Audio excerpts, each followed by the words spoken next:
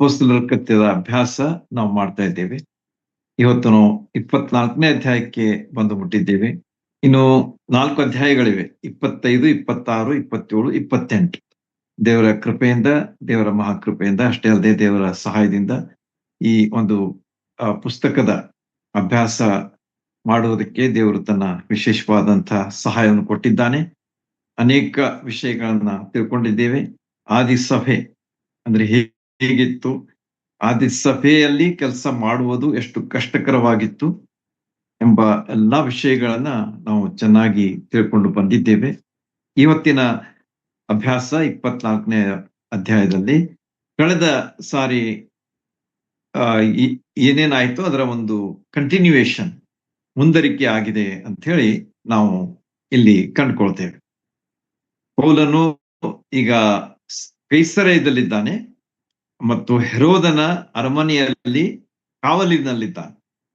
So is in the royal as a royal guest ಅಂತ ಹೇಳ್ಬೋದು, ಅಥವಾ ರಾಯಲ್ ಒಬ್ಬ ವ್ಯಕ್ತಿ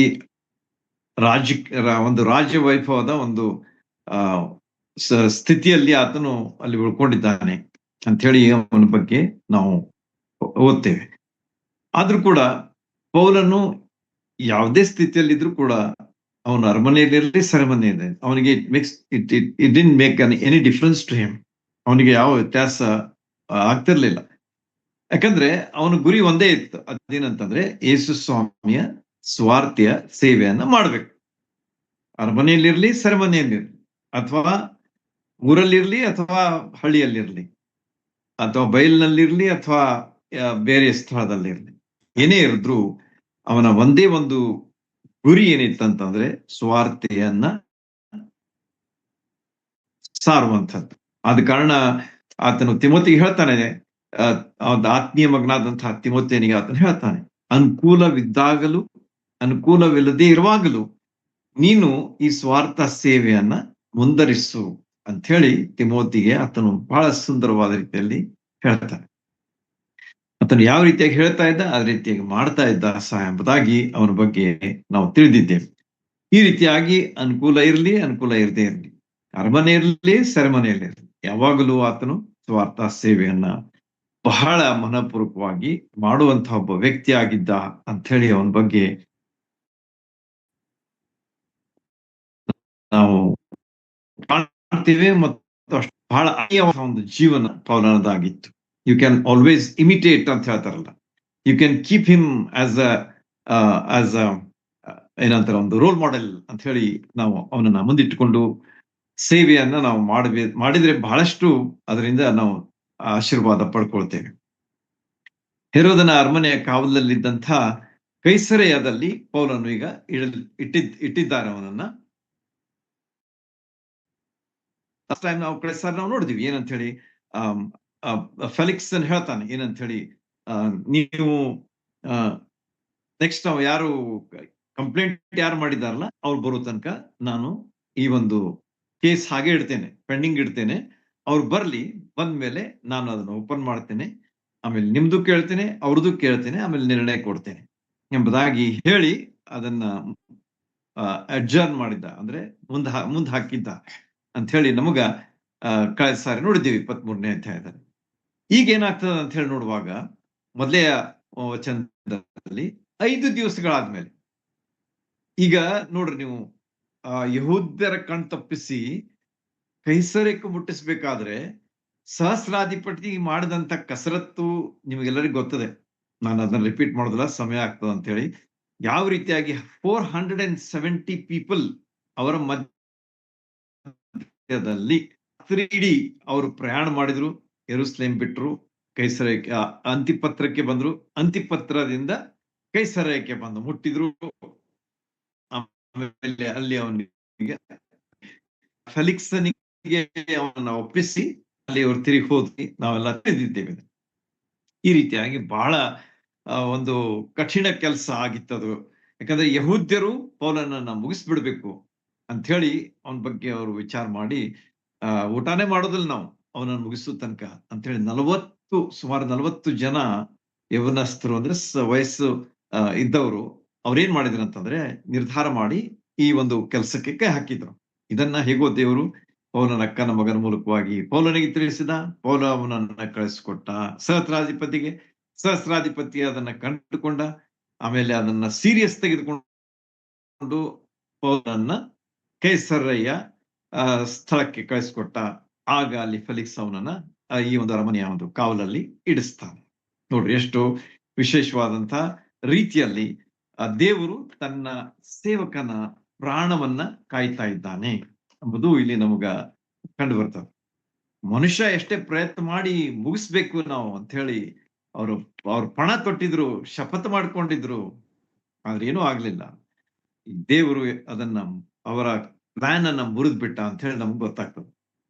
ಆಮೇಲೆ ಅವ್ರು ವಿಚಾರ ಮಾಡಿರ್ಬೇಕು, ಮೋಸ್ಟ್ಲಿ ಅದನ್ನ ಡಿಟೇಲ್ ಹೇಳಿಲ್ಲ. ಅವ್ರು ವಿಚಾರ ಮಾಡಿರ್ಬೇಕು ಏನಂತೀರಿ, ಎಲ್ಲಿ ಹೋದ ಪೌಲ? ಅವನು ಕೋಟೆಯಲ್ಲಿ ಕಾವಲಲ್ಲಿ ಇದ್ದಂತವ, ಮತ್ತೆ ಅವನನ್ನು ನಾವು ಮರುದಿವ್ಸ ಕರ್ಕೊಂಡ್ ಬಾ ಅಂತ ಹೇಳಿದ್ವಿ. ಆದ್ರೆ ಅವನಿಲ್ಲೀಗ ಎಲ್ಲಿ ಹೋದ ಅಂತ ಹೇಳಿ ಬಹಳಷ್ಟು ಎನ್ಕ್ವೈರಿ ಮಾಡಿದ್ಮೇಲೆ ಅವ್ರು ಕಂಡ್ಕೊಂಡಿರ್ಬೇಕು ಏನಂತ ಹೇಳಿ, ಕೈಸರಕ್ಕೆ ಅವನು ಹೋಗಿದ್ದಾನೆ ಅಂದ್ಕೂಡ ಅಲ್ಲೇ ಬಂದ್ಬಿಟ್ರು ಅವ್ರು. After 5 days they come to Caesarea. ಕೈಸರಕ್ಕೆ ಬಂದ್ರು ಅಂತ ಹೇಳಿ ನೋಡ್ತೇವೆ. ಮಹಾಯಾಜಕ ಕಾಯಫ ಏನಂತ ಹೇಳಿ ಅವನು ಬಂದು ಅವನು ತಾನೇ ಒಬ್ಬನೇ ಬರ್ಲಿಲ್ಲ, ಆದ್ರೆ ಅವನು ಕೂಡ ಕೆಲವು ಹಿರಿಯರನ್ನು ಕರ್ಕೊಂಡು ಬಂದ. ಕೆಲವು ಸಭೆಯ ಹಿರಿಯರನ್ನು ಸಹ ಕರ್ಕೊಂಡು ಬಂದ. ಮೇ ಬಿ ಫಾರ್ ವಿಟ್ನೆಸ್ ಅಂತಿರ್ಬೇಕು. ಆಮೇಲೆ ಒಬ್ಬ ವಕೀಲನನ್ನು ಕರ್ಕೊಂಡು ಬಂದ, ತೆರ್ತುಲ ಅಂತ ಹೇಳಿ ಅವನ ಹೆಸರು ಅಲ್ಲಿ ನಮಗ ಹೇಳಲ್ಪಟ್ಟಿದೆ. ಓದ್ರಿ ಅದನ್ನ, ನಾನು ಗೊತ್ತಾ ಹೋದ್ರೆ ಸಮಯ ಆಗ್ತದೆ ಅಂತ ಹೇಳಿ ನಿಮ್ಗೆ ಜಸ್ಟ್ ಹೇಳ್ತಾ ಹೋಗ್ತೇನೆ. ಆ ವಕೀಲ ಇವ್ರು ಕೂಡ ಬಂದಿದ್ದ.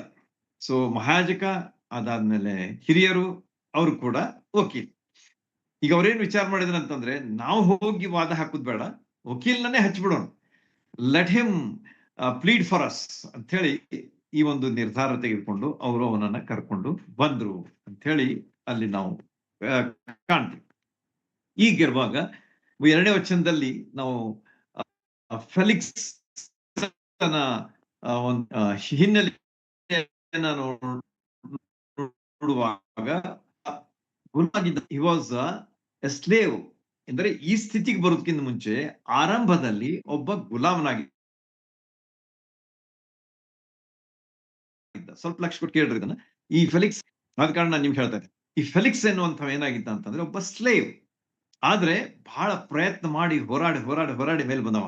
By struggle he had come up in his life and in his position ಅಂತ ಹೇಳಿ ಅವನ ಬಗ್ಗೆ ನಾವು ಹಿಸ್ಟ್ರಿ ಓದುವಾಗ ಕಂಡುಕೊಳ್ತೀವಿ. ಇದು ಅಲ್ಲಿ ಸತ್ಯವೇದದಲ್ಲಿ ಬರ್ದಿಲ್ಲ, ಆದ್ರೆ ನೀವು ಸ್ವಲ್ಪ ಅದನ್ನ ಏನಂತಾರೆ ಅದಕ್ಕೆ ಕರೆಸ್ಪಾಂಡಿಂಗ್ ರೀಡಿಂಗ್ ಮಾಡಿದ್ರೆ ನಿಮ್ಗೆ ಗೊತ್ತಾಗ್ತದೆ ಅದರ ಹಿನ್ನೆಲೆ ಏನಂತ ಹೇಳಿ.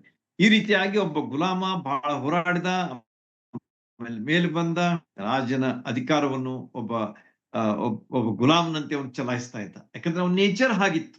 His nature was like that. He was like a slave. So he use to rule like a slave. ಆದ ಕಾರಣ ಅವನ ಏನಂತಾರೆ ಕಾರ್ಯವೈಖರಿ ಹೆಂಗಿತ್ತಂತಂದ್ರೆ, ಗುಲಾಮನು ರಾಜನ ಅಧಿಕಾರವನ್ನು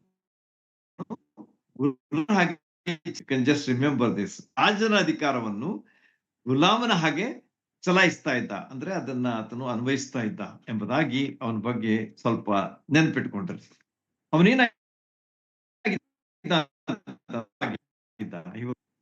ಸರ್ವಾಧಿಕಾರಿ ಇದ್ದ. ಅಂದ್ರೆ ತಾನು ಹೇಳಿದ್ದೆ ಖರೆ, ತಾನು ಮಾಡಿ ಹೇಳುವ ಒಬ್ಬ ಸರ್ವಾಧಿಕಾರಿಯಾಗಿದ್ದ ಅಂತ ಹೇಳಿ ಇತಿಹಾಸದಲ್ಲಿ ನಾವು ಅವನ ಬಗ್ಗೆ ಕಾಣ್ತೇವೆ. ಹೀಗಿರುವಾಗ ಇಂಥ ಈಗ ಏನಂತಾರೆ ಕೋರ್ಟ್ ಪ್ರೊಸೀಡಿಂಗ್ಸ್ ಅಂತ ಹೇಳ್ತಾರಲ್ಲ.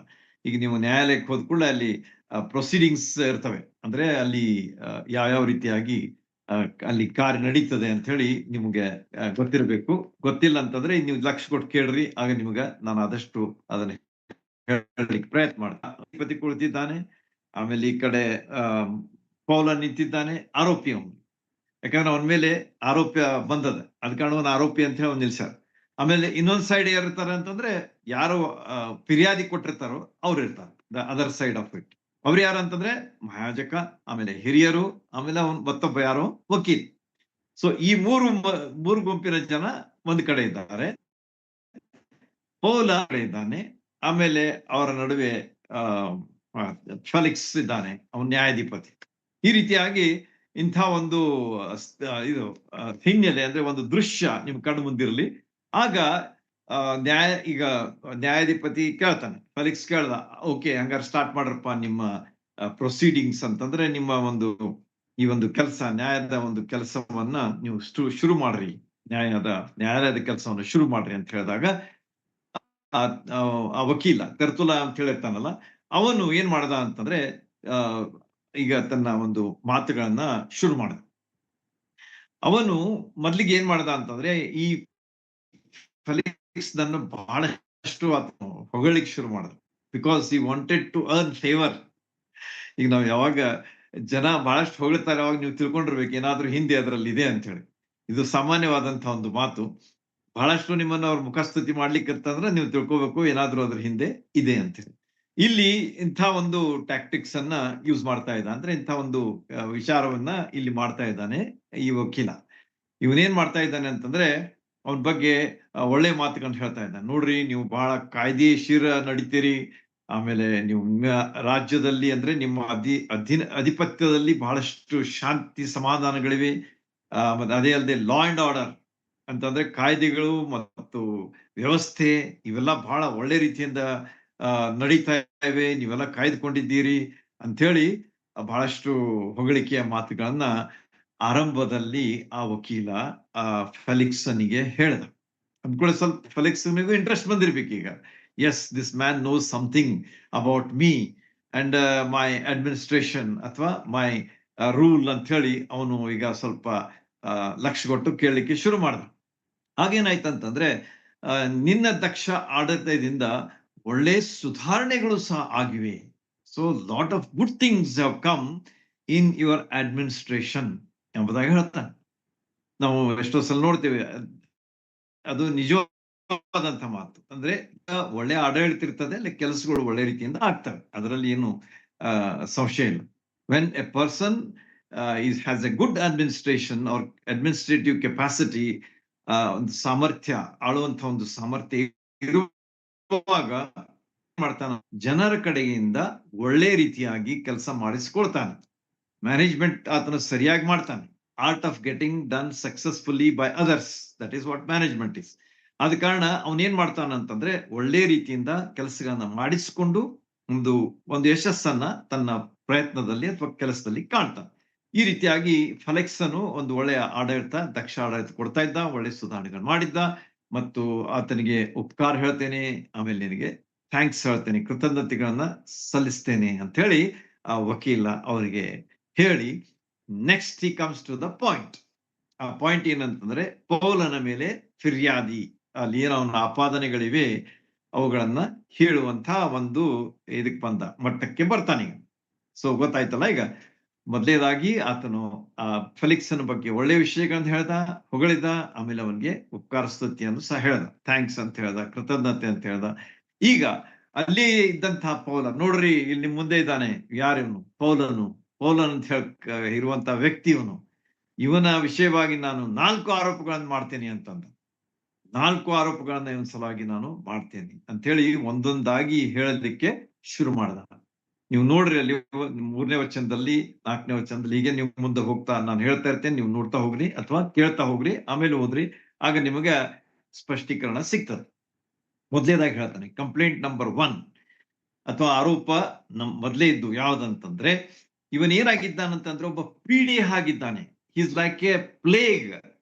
ಇಂಗ್ಲಿಷ್ ನಲ್ಲಿ ಪ್ಲೇಗ್ ಅಂತ ಹೇಳ್ತಾರಲ್ಲ, ಈಗ ನಾವು ಕಳೆದ 4-5 ವರ್ಷಗಳ ಹಿಂದೆ ನೋಡಿದ್ದೀವಿ ಅದನ್ನ, ಏನಂತೇಳಿ, ಕೊರೋನಾ ಅಂತಂದ್ರೆ ಕೋವಿಡ್ ದಲ್ಲಿ ಅದು ಒಂದು ಪಿಡುಗು. ಅದೇನಾಗಿತ್ತಂತಂದ್ರೆ ಬಹಳಷ್ಟು ವೇಗವಾಗಿ ಹಬ್ತಿತ್ತು ಮತ್ತು ಬಹಳಷ್ಟು ಜನರ ಪ್ರಾಣ ಹೋಯ್ತು, ಎಲ್ಲ ನಮ್ಗೆ ಗೊತ್ತದ. ಆ ರೀತಿಯಾಗಿ ಈ ವಕೀಲ ಅವನು ಪೌಲನನ್ನ ಯಾವ್ದಕ್ಕೆ ಹೋಲಿಸ್ತಾ ಇದ್ದಾನಂತಂದ್ರೆ ಒಂದು ಪೀಡೆ ಆಗಿದ್ದಾನಿವ ಅಂತಂದ್ರೆ ಬಹಳಷ್ಟು ಸ್ಪ್ರೆಡ್ ಮಾಡ್ತಾನಿವ. ಈ ಸ್ಪ್ರೆಡ್ಸ್ ದ ರಿಲಿಜನ್ ಅಂತ ಹೇಳಿ ಅವನ ಬಗ್ಗೆ ಆತನು ಒಂದು ಪೀಡೆಯ ಒಂದು ದೃಷ್ಟಾಂತ ಕೊಟ್ಟು ಹೇಳ್ತಾನೆ.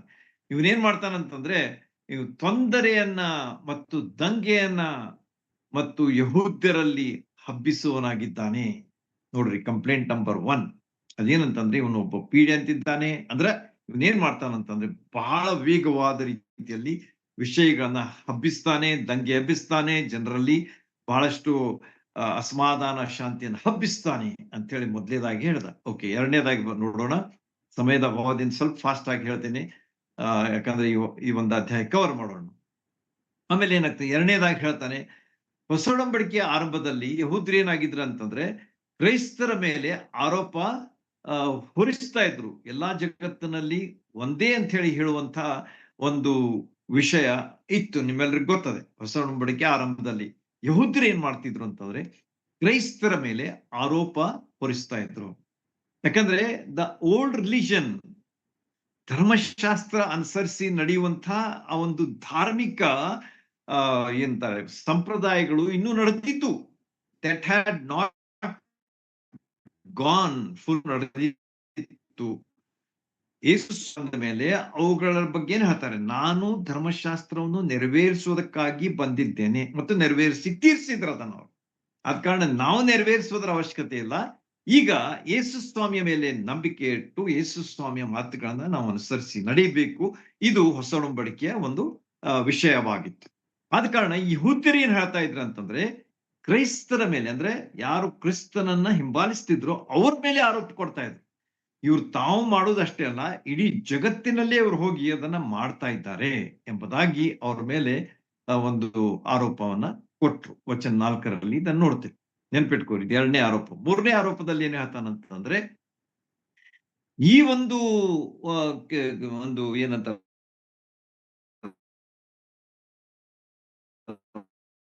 ಮಿಷನ್ ಕಾರ್ಯಕ್ಕಾಗಿ ಯಾರು ಹೊಣೆಯಾಗಿದ್ದಾರೆ ಅಂತಂದ್ರೆ ನಜರೇತಿನವರ ಪಂಗಡದ ನಾಯಕನಾಗಿದ್ದಾನೆ.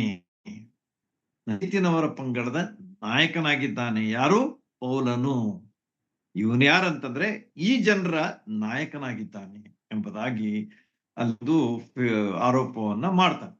ನಾಲ್ಕನೇ ಆರೋಪ ಏನಾಗಿದ್ದಾನೆ, 5, 6, 7 ವಚನಗಳಲ್ಲಿ ನಾವು ನೋಡುವಾಗ ದೇವಾಲಯವನ್ನು ಕೊಲೆ ಮಾಡುವುದಕ್ಕೆ ಪ್ರಯತ್ನ ಪಟ್ಟವನು ಎಂಬುದಾಗಿ ಹೇಳ್ತಾನೆ.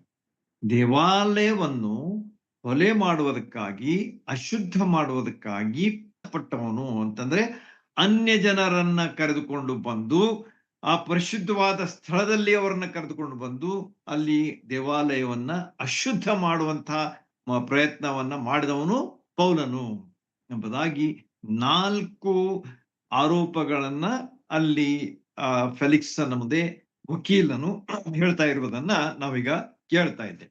ಇದು ನಿಮಗೆ ಮೊದಲಿನ 6 ವಚನಗಳಲ್ಲಿ ನೀವು ಓದಿದ್ರೆ ಇವು 4 ವಿಷಯಗಳು ನಿಮಗೆ ಕಂಡು ಬರ್ತವೆ.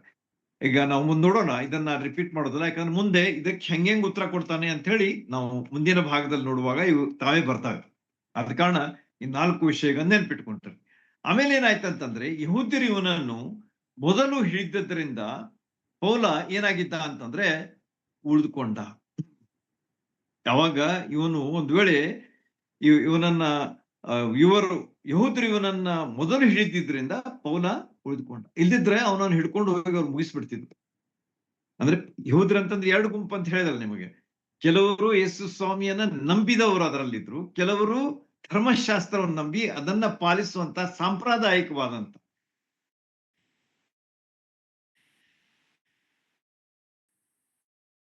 ಅಥವಾ ಅಂತ ಹೇಳಿ ಹೇಳಬಹುದು. ಅವ್ರ ಕೈಯೊಳಗೆ ಒಂದ್ ವೇಳೆ ಇವನು ಸಿಕ್ಬಿಟ್ಟಿದ್ರೆ ಪೌಲ ಹಾಗೆ ಹೋಗ್ಬಿಡ್ತಿದ್ದ.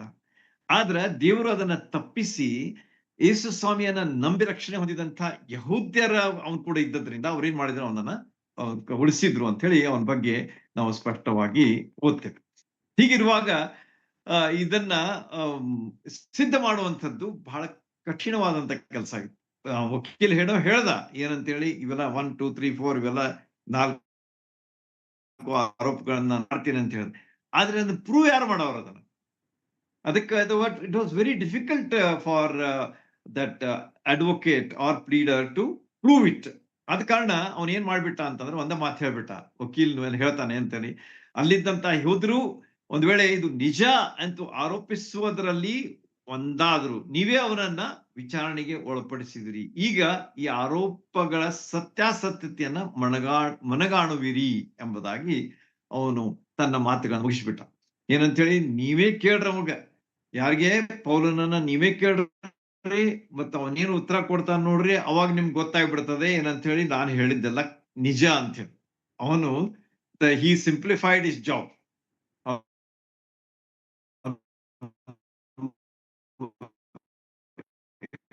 ಪೋಲರ್ ಸಿಕ್ಕೊಳ್ತಾನ, ಆಮೇಲೆ ಅವನು ಅವನಿಗೆ ತನ್ನ ಒಂದು ತನ್ನ ತಪ್ಪುಗಳನ್ನ ತಾನೇ ಪ್ರೂವ್ ಮಾಡ್ತಾನ ಅಂತ ಹೇಳಿ ಈ ವಕೀಲನ ಒಂದು ಯೋಚನೆ. ಮುಂದೆ ಏನಾಗ್ತದೆ ನೋಡೋಣ. ಈ ರೀತಿಯಾಗಿ ಅವನೇನು ಹೇಳ್ದ ಅಂತಂದ್ರೆ, ನಾ ಏನು ಹೇಳ್ತಾ ಇಲ್ಲ ಆರೋಪಗಳನ್ನ ನೀವು ಪೌಲನಿಗೆ ನೀವು ಕೇಳ್ರಿ ಉತ್ತರ, ಅವನೇ ನಿಮ್ಗೆ ಹೇಳ್ತಾನೆ, ಅವಾಗ ನಿಮ್ಗೆ ಗೊತ್ತಾಗ್ಬಿಡ್ತದೆ ಅಂತ ಹೇಳಿ ಮುಗಿಸ್ಬಿಟ್ಟ. ಈ ರೀತಿಯಾಗಿ ನಾವು 9 ವಚನ ತನಕ ಇಷ್ಟೆಲ್ಲಾ ವಿಷಯಗಳು ಆದದ್ದು ನೀವು ಅದನ್ನ ಕಾಣ್ತೀರಿ. ಒಂದೊಂದು ಏನೇನಾಯ್ತು ಅಂತ ಹೇಳಿ. ನೆಕ್ಸ್ಟ್ ಏನಾಗ್ತದೆ ಅಂತಂದ್ರೆ 10ನೇ ವಚನಕ್ಕೆ ನೀವು ಬರುವಾಗ, ಫೆಲಿಕ್ಸನು ಪೌಲನಿಗೆ ಸನ್ನೆ ಮಾಡ್ದ. ಯಾಕಂದ್ರೆ ಪೌಲ್ ಸ್ವಲ್ಪ ದೂರ ಇದ್ದ. ಈ was not in the very immediate vicinity ಇರ್ಲಿಲ್ಲ. ಅವ್ನ್ ಸ್ವಲ್ಪ ದೂರ ಇದ್ದ ಕಾರಣ ಫೆಲಿಕ್ಸ್ ಏನ್ರ ಕೈ ಮಾಡಿರ್ಬೋದು, ಕಮಾನ್ ನೀನು ಹಿಂಗ್ ಕೈ ಮಾಡಿ ಹೇಳಿರ್ಬೋದು ಅವನಿಗೆ, ಮಾತಾಡ್ಪ ನೀನೇನು ನಿಂದ ಮಾತನ್ನ ಶುರು ಮಾಡು ಅಂತ ಹೇಳಿ ಅವನಿಗೆ ಅಲ್ಲಿ ಸನ್ನೆ ಮಾಡ್ದ ಅಂತ ಹೇಳ್ತಾನೆ. ಅಂದ್ರೆ he was also interested to listen to what Paul is going to answer for his complaints or for his allegations ಅಂತ ಹೇಳಿ ನಾವು ಇಲ್ಲಿ ನೋಡ್ತೇವೆ. ಅಥವಾ ಆರೋಪಗಳ ಬಗ್ಗೆ ಅವನೇನು ಉತ್ತರ ಕೊಡ್ತಾನೆ ಅನ್ನುವಂತಹ ಒಂದು ಆಸಕ್ತಿಯಿಂದ ಫೆಲಿಕ್ಸ್ ಏನ್ ಮಾಡ್ದ ಅಂತ ಅಥವಾ ಸನ್ನೆ ಮಾಡಿ ಅವನಿಗೆ ಹೇಳ್ದ, ಕಮಾನ್ ಸ್ಟಾರ್ಟ್ ಅಂತ ಹೇಳಿ. ಆಗ ತನ್ನ ವಿಷಯದಲ್ಲಿ ಪೌಲನು ಏನ್ ಮಾಡ್ಲಿಕ್ಕೆ ಶುರು ಮಾಡ್ದ ಅಂತಂದ್ರೆ, ಸ್ಪಷ್ಟೀಕರಣ ಮಾಡುವುದಕ್ಕಾಗಿ ಆತನು ಮಾತನಾಡ್ಲಿಕ್ಕೆ ಶುರು ಮಾಡ್ದ. Now the ball is in the court of Paul. ಅಂದ್ರೆ ಹೇಳ್ತೇವಲ್ಲ ನಾವು ನಮ್ಮ ಸಾಮಾನ್ಯ ಭಾಷೆಯಲ್ಲಿ, ಈಗ ನೋಡಪ್ಪ ಬಾಲ್ ನಿನ್ ಕೋರ್ಟ್ ನಲ್ಲಿದೆ, ನೀನು ಹೆಂಗ ಆಡ್ತಿ ಆಡು ಅಂತ ಹೇಳಿ. ಆ ರೀತಿಯಾಗಿ ಈಗ ಯಾರಿಗ್ ಬಂತು, ಆ ವಕೀಲನು ಹೇಳಿದ ಮೇಲೆ 4 ಆರೋಪಗಳನ್ನು ಕೊಟ್ಟ ಮೇಲೆ ಈಗ ನೆಕ್ಸ್ಟ್ ಯಾರ ಸರದಿ ಬಂತಂತಂದ್ರೆ ಪೌಲನ್ ಸರದಿ ಬಂತು. ಪೌಲನು ಈಗ ತನ್ನ ಆರೋಪಗಳಿಗಾಗಿ ಸ್ಪಷ್ಟೀಕರಣ ಕೊಡುವುದಕ್ಕೆ ಶುರು ಮಾಡ್ದ ಅಂತ ಹೇಳಿ ಇಲ್ಲಿ ನಾವು 11ನೇ ವಚನದಲ್ಲಿ ಅದ್ರ ಬಗ್ಗೆ ಓದ್ತೇವೆ. ತನ್ನ ಮೇಲೆ ಮಾಡಿದ ಅಪಾದನೆಗಳಿಗಾಗಿ ಒಂದೊಂದಾಗಿ ಸ್ಪಷ್ಟೀಕರಣ ಕೊಡಲು ಪ್ರಾರಂಭಿಸುತ್ತೆ. ಸೊ ವೆರಿ ವೈಸ್ ಅಂತ ಹೇಳಿದಲ್ಲ ನಿಮ್ಗೆ.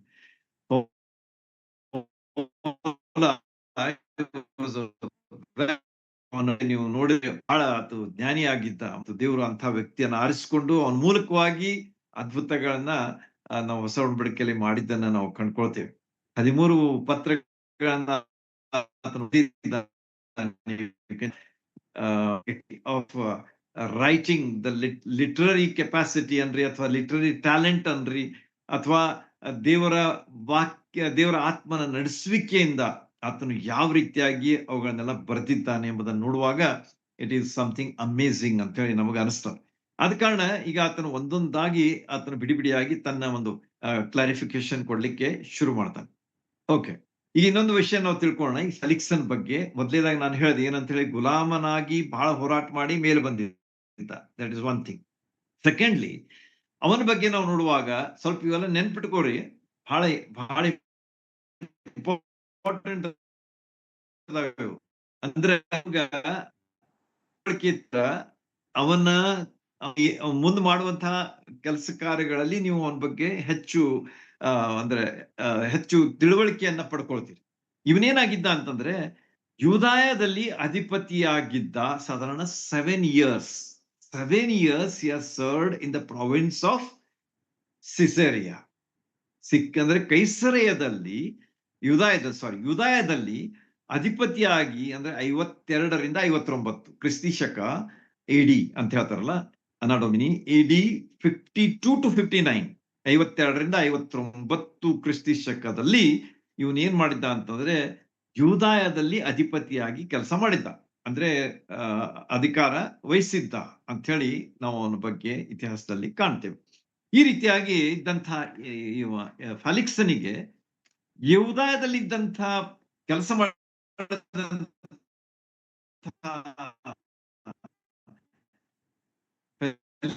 ಅಲ್ಲಿದ್ದಂತ ತಿಳುವಳಿಕೆ ಇತ್ತು. he had the knowledge of the Jewish customs and traditions. ಅರ್ಥ ಆಯ್ತಲ್ಲ, ಅವನು ಅಲ್ಲಿ ಕೆಲಸ ಮಾಡಿದ್ದ 7 ವರ್ಷ. ಆದ ಕಾರಣ ಅವನಿಗೆ ಯಹೂದ್ಯರ ವಿಷಯವಾದಂತ ಕೆಲವು ಸಂಪ್ರದಾಯಗಳಾಗ್ಲಿ ಅಥವಾ ವಿಷಯಗಳಾಗ್ಲಿ ಗೊತ್ತಿದ್ದು ಅವನಿಗೆ. ಆದ ಕಾರಣ ಏನಾಗ್ತದೆ ನೋಡಿ, ಸ್ಪಷ್ಟೀಕರಿಸುವುದು ಪೌಲನಿಗೆ ಅದನ್ನು ಬಹಳಷ್ಟು ಸ್ಪಷ್ಟೀಕರಿಸುವುದರ ಅವಶ್ಯಕತೆ ಬೀಳಲಿಲ್ಲ. Because he was already in knowledge of the traditions and customs of Jewish people for serving in Judea for 7 years. ಆದ ಕಾರಣ ಸ್ಪಷ್ಟೀಕರಿಸುವಂಥದ್ದು ಬಹಳ ಸುಲಭ ಮತ್ತು ಒಂದು ಸಂತೋಷಕರವಾದಂತಹ ಒಂದು ಅನುಭವ ಆಯ್ತು ಅಂತ ಹೇಳಿ ನಾವು ಪೌಲನ ಬಗ್ಗೆ ಓದ್ತೇವೆ. 11ನೇ ವಚನಕ್ಕೆ ಬರುವಾಗ ವಕೀಲನ ಆರೋಪಗಳು ಅವು ಖಚಿತವಲ್ಲದಾಗಿದೆ. ಅವು ದೇ ಆರ್ ನಾಟ್ ಸರ್ಟನ್ ಆಗಿರಲಿಲ್ಲ. ಅವನು ಏನ್ ಮಾಡಿದ, ಯಾರೋ ಹೇಳಿದ್ರು ಅದನ್ನ ಬಂದು ನಾವು ಪ್ರೆಸೆಂಟ್ ಮಾಡಿದ್ವಿ, ಖಚಿತವಾಗಿರ್ಲಿಲ್ಲ. ಆಮೇಲೆ ಪೌಲನ ಸ್ಪಷ್ಟೀಕರಣ ಬಹಳ ಏನಾಗಿತ್ತು ಅಂತಂದ್ರೆ ಇಟ್ ವಾಸ್ ಪಿನ್ ಪಾಯಿಂಟೆಡ್, ಅಂದ್ರೆ ಬಹಳ ನಿಖರವಾಗಿ ಅವನು ಹೇಳಿದಂತ ಉತ್ತರಗಳು ನಮಗೆ ಅಲ್ಲಿ ಕಂಡು ಬರ್ತವೆ. ತೆರ್ತಿಲ್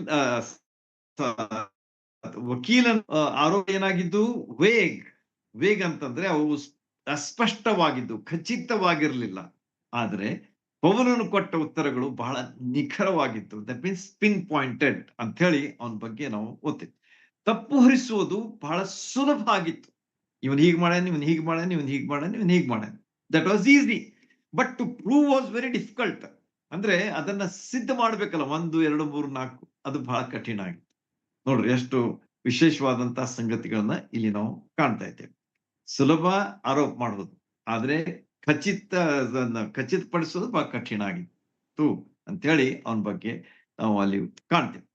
ಈ ರೀತಿಯಾಗಿ ಯೆರೂಸಲೇಮಿಗೆ ಪೌಲ ಬಂದ್ ಎಷ್ಟು ದಿವಸ ಆಗಿತ್ತು ಅಂತಂದ್ರೆ, ನೀವು ಅದರ ಹಿನ್ನೆಲೆ ಓದಿದ್ರೆ 12, 11, 12, 13, 14 ನೀವು ಓದಿದ್ರೆ ಹೇಳ್ತಾನೆ. ನೋಡ್ರಿ, ನಾನು ಯೆರೂಸಲೇಮಿಗೆ ಬಂದು ಎಷ್ಟು ದಿವಸ ಆಗಿವೆ?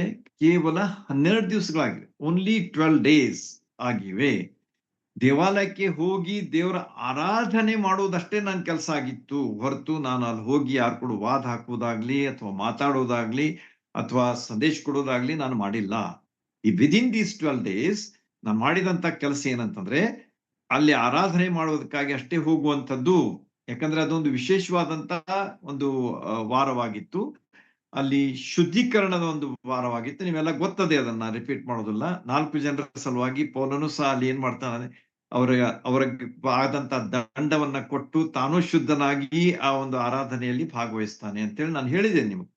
ಆದ ಕಾರಣ ಇದನ್ನು ಈಗ ಆ ಒಂದು ಫೆಲಿಕ್ಸನ್ ಮುಂದೆ ಪೌಲನು ಅದನ್ನ ಹೇಳ್ತಾ ಇದ್ದಾನೆ. ಜಸ್ಟ್ 12 ದಿವಸ ಆಯ್ತು, ನಾನು ಆರಾಧನೆಗಾಗಿ ಅಷ್ಟೇ ಹೋಗಿದ್ದೆ, ವಾಗ್ವಾದ ಮಾಡುವುದಕ್ಕಾಗಿ ಅಲ್ಲ. ಹೀಗಾಗಿ ಜನ ಕೂಡಿಸುವಂತ ಪ್ರಶ್ನೆನೇ ಬರುದಿಲ್ಲ.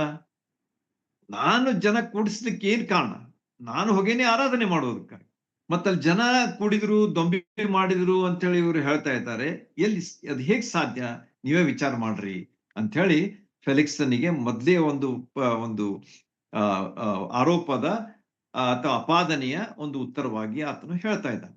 ನಾನು ವಾಗ್ವಾದ ಮಾಡೋದಕ್ಕಾಗಿ ಹೋಗಿಲ್ಲ, ಕೇವಲ ಆರಾಧನೆಗೋಸ್ಕರವಾಗಿ ಹೋಗಿದ್ದ ಕಾರಣ ಅಲ್ಲಿ ನಾನು ಜನರನ್ನ ಸೇರಿಸುವುದಾಗ್ಲಿ, ದೊಂಬಿ ಮಾಡುವುದಾಗ್ಲಿ, ಗದ್ದಲ ಹಾಕುವುದಾಗ್ಲಿ ಅಲ್ಲಿ ಆಗಿಲ್ಲ. ಎರಡನೇ ಒಂದು ಅಪಾದನೆ. ಹೀಗಾಗಿ ಜನ ಕೂಡಿಸುವುದಾಗ್ಲಿ, ದೊಂಬಿ ಹೇಳುವುದಾಗ್ಲಿ ಸಾಧ್ಯವಿಲ್ಲ. ದೊಂಬಿ ಗುಂಪು ಕೂಡಿಸುವುದಕ್ಕೆ ಯಾರು ಪುರಾವೆ ಇಲ್ಲ. ದೇರ್ ಇಸ್ ನೋ ಪ್ರೂಫ್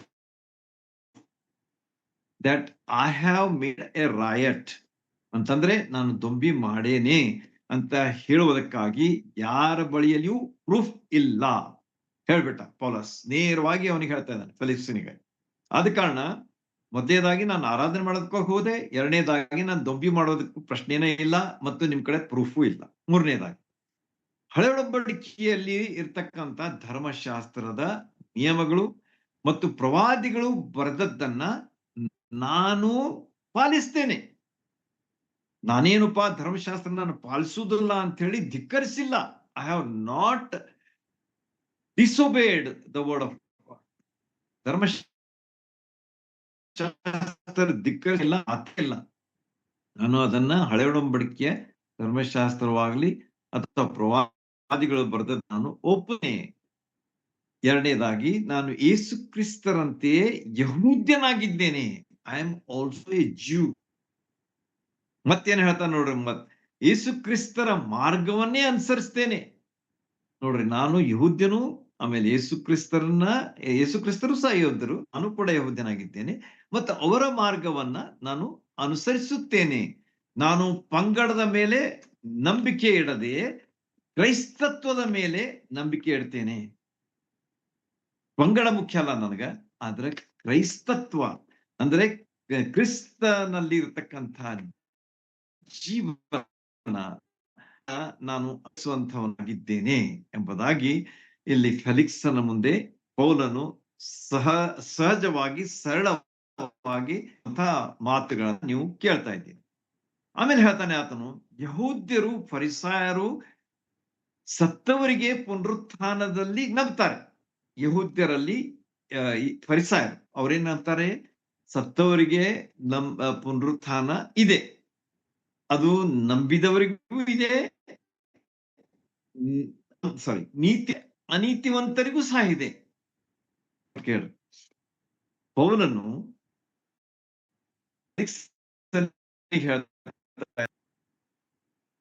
ಇವರಲ್ಲಿ ಒಪ್ಪಿದೆ, ಹೌದು, ಅವ್ರೇನ್ ನಂಬ್ತಾರೆ, ನೀತಿವಂತರು ಯೇಸು ಸ್ವಾಮಿಯನ್ನ ನಂಬಿದವರು ಅವರು ಸತ್ತ ಮೇಲೆ ಪುನರುತ್ಥಾನ ಹೊಂದ್ತಾರೆ ಅಂತ ಹೇಳಿ ನಂಬ್ತಾರೆ. ಎರಡನೇದಾಗಿ, ನಂಬದೇ ಇದ್ದವರು ಅಂದ್ರೆ ಯೇಸು ಸ್ವಾಮಿಯನ್ನು ನಂಬದೇ ಸತ್ತವರು ಅವರು ಸಹ ಪುನರುತ್ಥಾನ ಹೊಂದ್ತಾರೆ ಅಂತೇಳಿ ಅವರು ನಂಬ್ತಾರೆ. ನಾನು ಸಹ ಅದನ್ನೇ ನಂಬ್ತೇನೆ ನೋಡ್ರಿ. ಅಂದ್ರೆ I am also believe in the doctrine of resurrection ಅಂತ ಹೇಳಿ ಆತನು ಪುನರುತ್ಥಾನದ ವಿಷಯವಾಗಿ ಸ್ಪಷ್ಟವಾದಂತಹ ವಿಚಾರವನ್ನ ಫೆಲಿಕ್ಸನ ಮುಂದೆ ಇಡ್ತಾನೆ. ಈಗ ನಾವು ಅದ್ರ ಬಗ್ಗೆ ತಿಳಿಯೋದು ಬಹಳ ಅವಶ್ಯ, ಬಹಳ ಇಂಟ್ರೆಸ್ಟಿಂಗ್ ಇದೆ ಇದು. ಆದ ಕಾರಣ ಸ್ವಲ್ಪ ನೀವು ಬಹಳ ಲಕ್ಷ್ಯ ಕೊಟ್ಟು ಕೇಳಿದ್ರೆ ನಿಮ್ಗ ಅದರ ಲಾಭ ಬಹಳ ಆಗ್ತದೆ ಅಂತ ಹೇಳಿ ನಾನು ನಿಮಗೆ ಖಾತ್ರಿ ಕೊಡ್ತೇನೆ. ಇಲ್ಲಿ ಅಂತಂದ್ರೆ 4 ವಿಷಯಗಳನ್ನ ನಾವು ಇಲ್ಲಿ ಕಾಣ್ತೇವೆ. 2 ವಿಷಯಗಳು, ಸಾರಿ 4 ಬೇಡ, 2ರಲ್ಲೇ ನಾನು ಅದನ್ನ ಕಂಪ್ರೆಸ್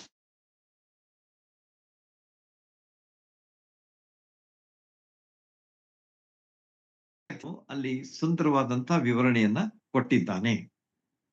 ಅಲ್ಲಿ ಏನ್ ಹೇಳ್ತಾನೆ ಅಂತಂದ್ರೆ,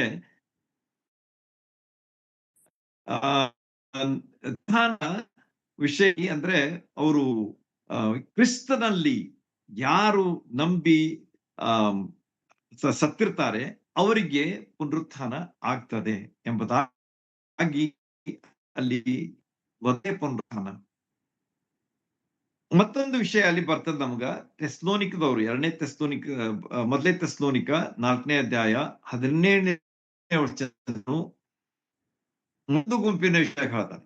ಅದ್ಯಾರಂತಂದ್ರೆ, ಯೇಸು ಸ್ವಾಮಿ ಮಧ್ಯಾಕಾಶದಲ್ಲಿ ಬರುವಾಗ ಕ್ರಿಸ್ತನನ್ನು ನಂಬಿದಂಥವರು ಅಂದ್ರೆ ನಂಬಿ ಸತ್ತವರು ಅವರು ಪುನರುತ್ಥಾನ ಹೊಂದ್ತಾರೆ, ಎಬ್ಬಿಸಲ್ಪಡ್ತಾರೆ.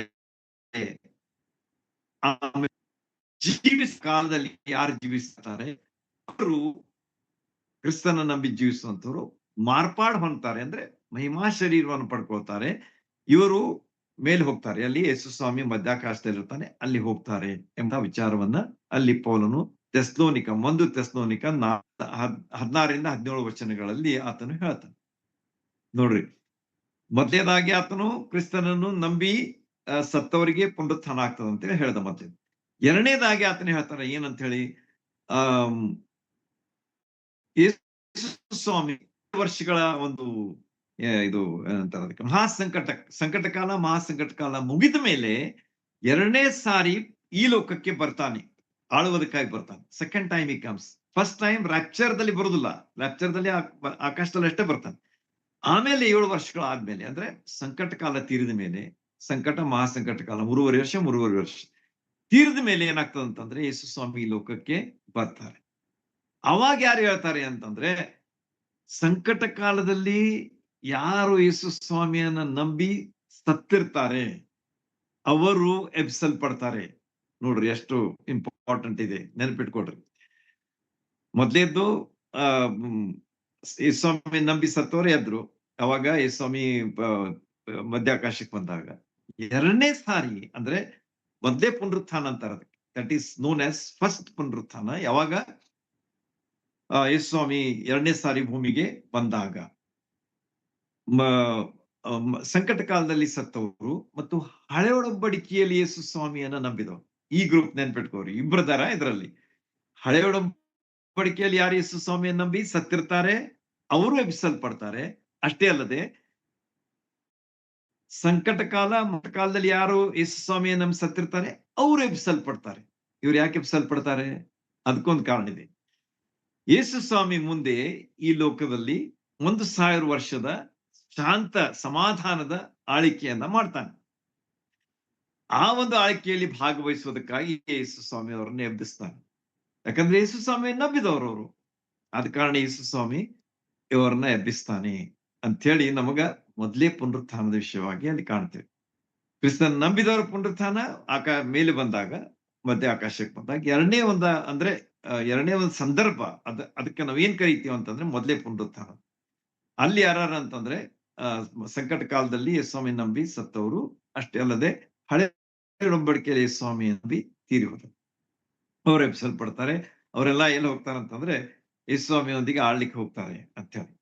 ಮೂರನೇದಾಗಿ ಒಂದು ಪುನರುತ್ಥಾನ ಇದೆ. ಅದ್ಯಾವ್ದಂತಂದ್ರೆ 1000 ವರ್ಷಗಳ ಆಳ್ವಿಕೆ ಆದ್ಮೇಲೆ ಅಲ್ಲಿ ಅನೀತಿವಂತರು, ಅಂದ್ರೆ ಯೇಸು ಸ್ವಾಮಿಯನ್ನು ನಂಬದೇ ಇದ್ದವರು, ಅವರಿಗೆ ತೀರ್ಪಾಗ್ಬೇಕಲ್ಲ. ಈಗ ತೀರ್ಪಾಗ್ಬೇಕಾದ್ರೆ ಅವ್ರು ಎಬ್ಬಿಸಲ್ಪಡ್ಬೇಕು. ಅವ್ರು ಎಬ್ಬಿಸಲ್ಪಡ್ಬೇಕಂತಂದ್ರೆ ಬಾಡಿಲಿ ರಿಸರಕ್ಷನ್ ಇಸ್ ಎಸೆನ್ಷಿಯಲ್. ಯಾಕಂದ್ರೆ ದೇಹದಿಂದ ಮಾಡಿದಂತಹ ಪಾಪಗಳಿಗಾಗಿ ಅವರು ಪಶ್ಚಾತ್ತಾಪ ಪಟ್ಟು ಯೇಸು ಸ್ವಾಮಿಯನ್ನು ನಂಬದೇ ಹೋದ ಕಾರಣ ಅವರಿಗೆ ಈಗ ತೀರ್ಪಾಗ್ತದೆ. ಅವರ ಪಟ್ಟಿ ಬರ್ತದೆ ಅವ್ರ ಮುಂದೆ, ಏನಂತೇಳಿ ಮಾಡಿದಂತೆಲ್ಲ ದೋಷಾರೋಪಣೆ ಪಟ್ಟಿ ಅವ್ರ ಮುಂದೆ ಬಂದಾಗ ಅವರಿಗೆ ದರ್ ಇಸ್ ನೋ ಡಿಫೆನ್ಸ್. ಅವರದನ್ನ ಅವಾಗ ಇಲ್ರಿ, ಹೌದು ನಮ್ ತಪ್ಪಾಯ್ತು, ನಮಗ್ ಕ್ಷಮಿಸ್ರಿ, ನಾವು ಈಗ ನಿಮ್ಮನ್ನ ನಂಬ್ತೇವೆ.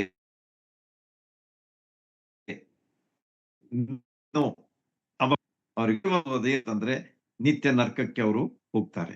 ಅದು ಎರಡನೇ ಒಂದು ಪುನರುತ್ಥಾನ ಅಂತೇಳಿ ಅಲ್ಲಿ ಹೇಳಲ್ಪಟ್ಟಿದೆ. ಹೀಗೆ ಈ 3 ಸಂದರ್ಭಗಳನ್ನ ನೆನ್ಪಿಟ್ಕೋರಿ. ಮೊದಲೇ ಪುನರುತ್ಥಾನ, ಎರಡನೇ ಪುನರುತ್ಥಾನ, ಆಮೇಲೆ ಮಧ್ಯಾಕಾಶಕ್ಕೆ ಆತನ ನಂಬಿದಂತವರು ಹೇಳುವಂತದ್ದು ಒಂದು ಸಣ್ಣ ಗುಂಪು. ಆದ ಕಾರಣ ಹೊಸ ಒಡಂಬಡಿಕೆಯ ಇವರು ಯಾರು ವಿಶ್ವಾಸಿಗಳಾಗ್ಲಿ ಅಥವಾ ಕ್ರೈಸ್ತರನ್ರಿ, ಇವ್ರ ಬಗ್ಗೆ ನಾವು ಅಲ್ಲಿ ಕಾಣ್ತೇವೆ. ಈ ರೀತಿಯಾಗಿ ಇವೆಲ್ಲ ನಮಗ ಎಲ್ಲಿ ಕಾಣ್ತವೆ ಅಂತಂದ್ರೆ ದಾನಿಯೇಲನ ಬರೆದಂತ ಪುಸ್ತಕ 12ನೇ ಅಧ್ಯಾಯ 1ರಿಂದ 5-6 ವಚನ ಓದಿದ್ರೆ ನಿಮ್ಗೆ ಅಲ್ಲಿ ನಿಮ್ಗೆ ತಿಳಿದು ಬರ್ತದೆ. ಆಮೇಲೆ ಮೊದಲೇ ಥೆಸ್ಸಲೋನಿಕ 4:16ರಿಂದ 17 ವಚನಗಳನ್ನ ಓದುವಾಗ ತಿಳಿದು ಬರ್ತದೆ. ಆಮೇಲೆ ಮೊದಲೇ ಕೊರಿಂಥ 15ನೇ ಅಧ್ಯಾಯದಲ್ಲಿ ನಿಮಗ ಈ ಪುನರುತ್ಥಾನದ ವಿಷಯವಾಗಿ ಹೇಳಲಾಗಿದೆ. ಈ ರೀತಿಯಾಗಿ 3 ಸಂದರ್ಭಗಳನ್ನ ನೆನ್ಪಿಟ್ಕೋರಿ, 2 ಪುನರುತ್ಥಾನಗಳ ಬಗ್ಗೆ ನೆನ್ಪಿಟ್ಕೊಡ್ರಿ. Don't get confused. This is very important and there is essential knowledge. ಇದು ನಿಮಗೆ ಅವಶ್ಯವಾದಂತಹ ಒಂದು ಜ್ಞಾನ ಇರ್ಲೇಬೇಕಿದೆ. ನಿಮ್ಗೆ ಸುಮ್ಮನೆ ಲೋಕದಲ್ಲಿ ನಾವು ಜೀವಿಸೋದು ಬೇಡ, ಆದ್ರೆ ಕ್ರೈಸ್ತರು ಯೇಸು ಸ್ವಾಮಿಯನ್ನು ನಂಬಿದವರಿಗೆ ಮುಂದೆ ಇರತಕ್ಕಂತ ಭವ್ಯ ವಿಷಯಗಳು ಎಷ್ಟು ಅದ್ಭುತವಾಗಿವೆ ಎಂಬುದನ್ನ ತಿಳ್ಕೊಂಡಿರುವಂತದ್ದು ಸಹ ಬಹಳ ಅವಶ್ಯ. ಓಕೆ, ಸಮಯ ಹೆಚ್ಚು ನಾನು ತೆಗೆದುಕೊಳ್ಳದೆ ಇನ್ ಮುಂದೆ ಏನಾಗ್ತದೆ ಅಂತ ಹೇಳಿ ನಾವು ಸ್ವಲ್ಪ ಈಗ ಹೋಗೋಣ. ಈಗ ಈ 4 ವಿಷಯಗಳ ವಿವರಣೆಯನ್ನ ಕೊಟ್ಟ ಆತನು.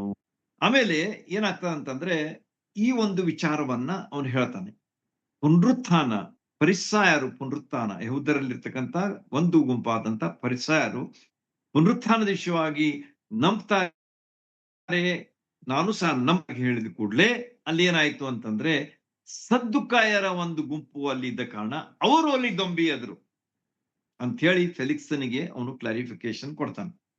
ನಾನು ಮಾಡ್ಲಿಲ್ಲ ಅದನ್ನ. I have not created any riot there or any ಏನಂತಾರೆ ಅದಕ್ಕೆ, ಅಶಾಂತಿಯನ್ನು ನಾನು ಹಬ್ಬಿಸಿಲ್ಲ. ಆದ್ರೆ ಅಲ್ಲಿದ್ದಂತಹ ಸದ್ದುಕಾಯರು, ಯೇಸು ಸ್ವಾಮಿಯ ಪುನರುತ್ಥಾನವನ್ನ ನಂಬದವರು, ಆಮೇಲೆ ದೇವದೂತರ ಬಗ್ಗೆ, ಅವರು ಆತ್ಮಗಳ ಬಗ್ಗೆ ನಂಬಿಕೆ ಇಲ್ಲದಂತಹ ವ್ಯಕ್ತಿಗಳು, ಇಲ್ಲ ಅಂತ ಹೇಳುವಂಥವ್ರು, ಅವರು ಅದನ್ನ ಗದ್ದಲ ಹಾಕಿದ್ರು ಅಂತ ಹೇಳಿ ನೀವು ತಿಳ್ಕೊಳ್ಬೇಕ್ರಿ ಸರ್ ಅಂತ ಹೇಳಿ ಅವರಿಗೆ ಆತನು ಹೇಳ್ತಾನೆ. ಈ ರೀತಿಯಾಗಿ ಅಲ್ಲಿ ಇದ್ದಂಥ ಈ 4 ಪ್ರಶ್ನೆಗಳಿಗೆ ಆತನು ಅಪಾದನೆಗಳಿಗೆ ಉತ್ತರ ಕೊಟ್ಟ ಕೂಡಲೇ ಅಲ್ಲಿ ಏನಾಗ್ತದ ಅಂತಂದ್ರೆ ಫೆಲಿಕ್ಸನು ಆತನೇನ್ ಹೇಳ್ತಾ ಅಂತಂದ್ರೆ ನಾವು ಅದಕ್ಕಿಂತ ಮುಂಚೆ ಒಂದೆರಡು ವಿಷಯಗಳನ್ನ ಸ್ವಲ್ಪ ತಿಳ್ಕೊಳ್ಳೋಣ. 16ನೇ ವಚನಕ್ಕೆ ನೀವು ಬರುವಾಗ ಪೌಲನು ಒಂದ್ ಮಾತು ಹೇಳ್ತಾನೆ. ಏನು ಹೇಳ್ತಾನೆ ನೋಡ್ರಿ, 16ನೇ ವಚನಕ್ಕೆ ಬರುವಾಗ, ಇದರ ದೆಸೆಯಿಂದ ದೇವರ ವಿಷಯವಾಗಿಯೂ ಮನುಷ್ಯರ ವಿಷಯದಲ್ಲಿಯೂ ನಾನು ನಿರ್ದೋಷಿ ಎಂದು ಸಾಕ್ಷಿ ಹೇಳುವ ಮನಸ್ಸು ನನಗೆ ಯಾವಾಗಲೂ ಇರಬೇಕೆಂದು ಅಭ್ಯಾಸ ಮಾಡಿಕೊಳ್ತೇನೆ ಅಂತ ಹೇಳಿ ಪೌಲ ತನ್ನ ಬಗ್ಗೆ ಒಂದು ವಿವರಣೆಯನ್ನ ಅಲ್ಲಿ ಫೆಲಿಕ್ಸನಿಗೆ ಕೊಡ್ತಾ ಇದ್ದಾನೆ. ಒಳ್ಳೆ ಮನಸ್ಸಾಕ್ಷಿ ನನ್ನದಾಗಿದೆ. ದೇವರ ವಿಷಯವಾಗಿಯೂ ಮತ್ತು ಮನುಷ್ಯರ ವಿಷಯವಾಗಿಯೂ ನಾವು ಯಾವಾಗಲೂ ಒಳ್ಳೆಯ ಮನಸ್ಸಾಕ್ಷಿಯನ್ನ ಹೊಂದಿರಬೇಕು ಅಂತ ಹೇಳಿ ಪೌಲನು ಅಲ್ಲಿ ಒಂದು ಮಾತನ್ನ ಫೆಲಿಕ್ಸನಿಗೆ ತಿಳಿಸಿದ. ನಮಗೂ ಸಹ ಅದು ಅಷ್ಟೇ ಅವಶ್ಯ.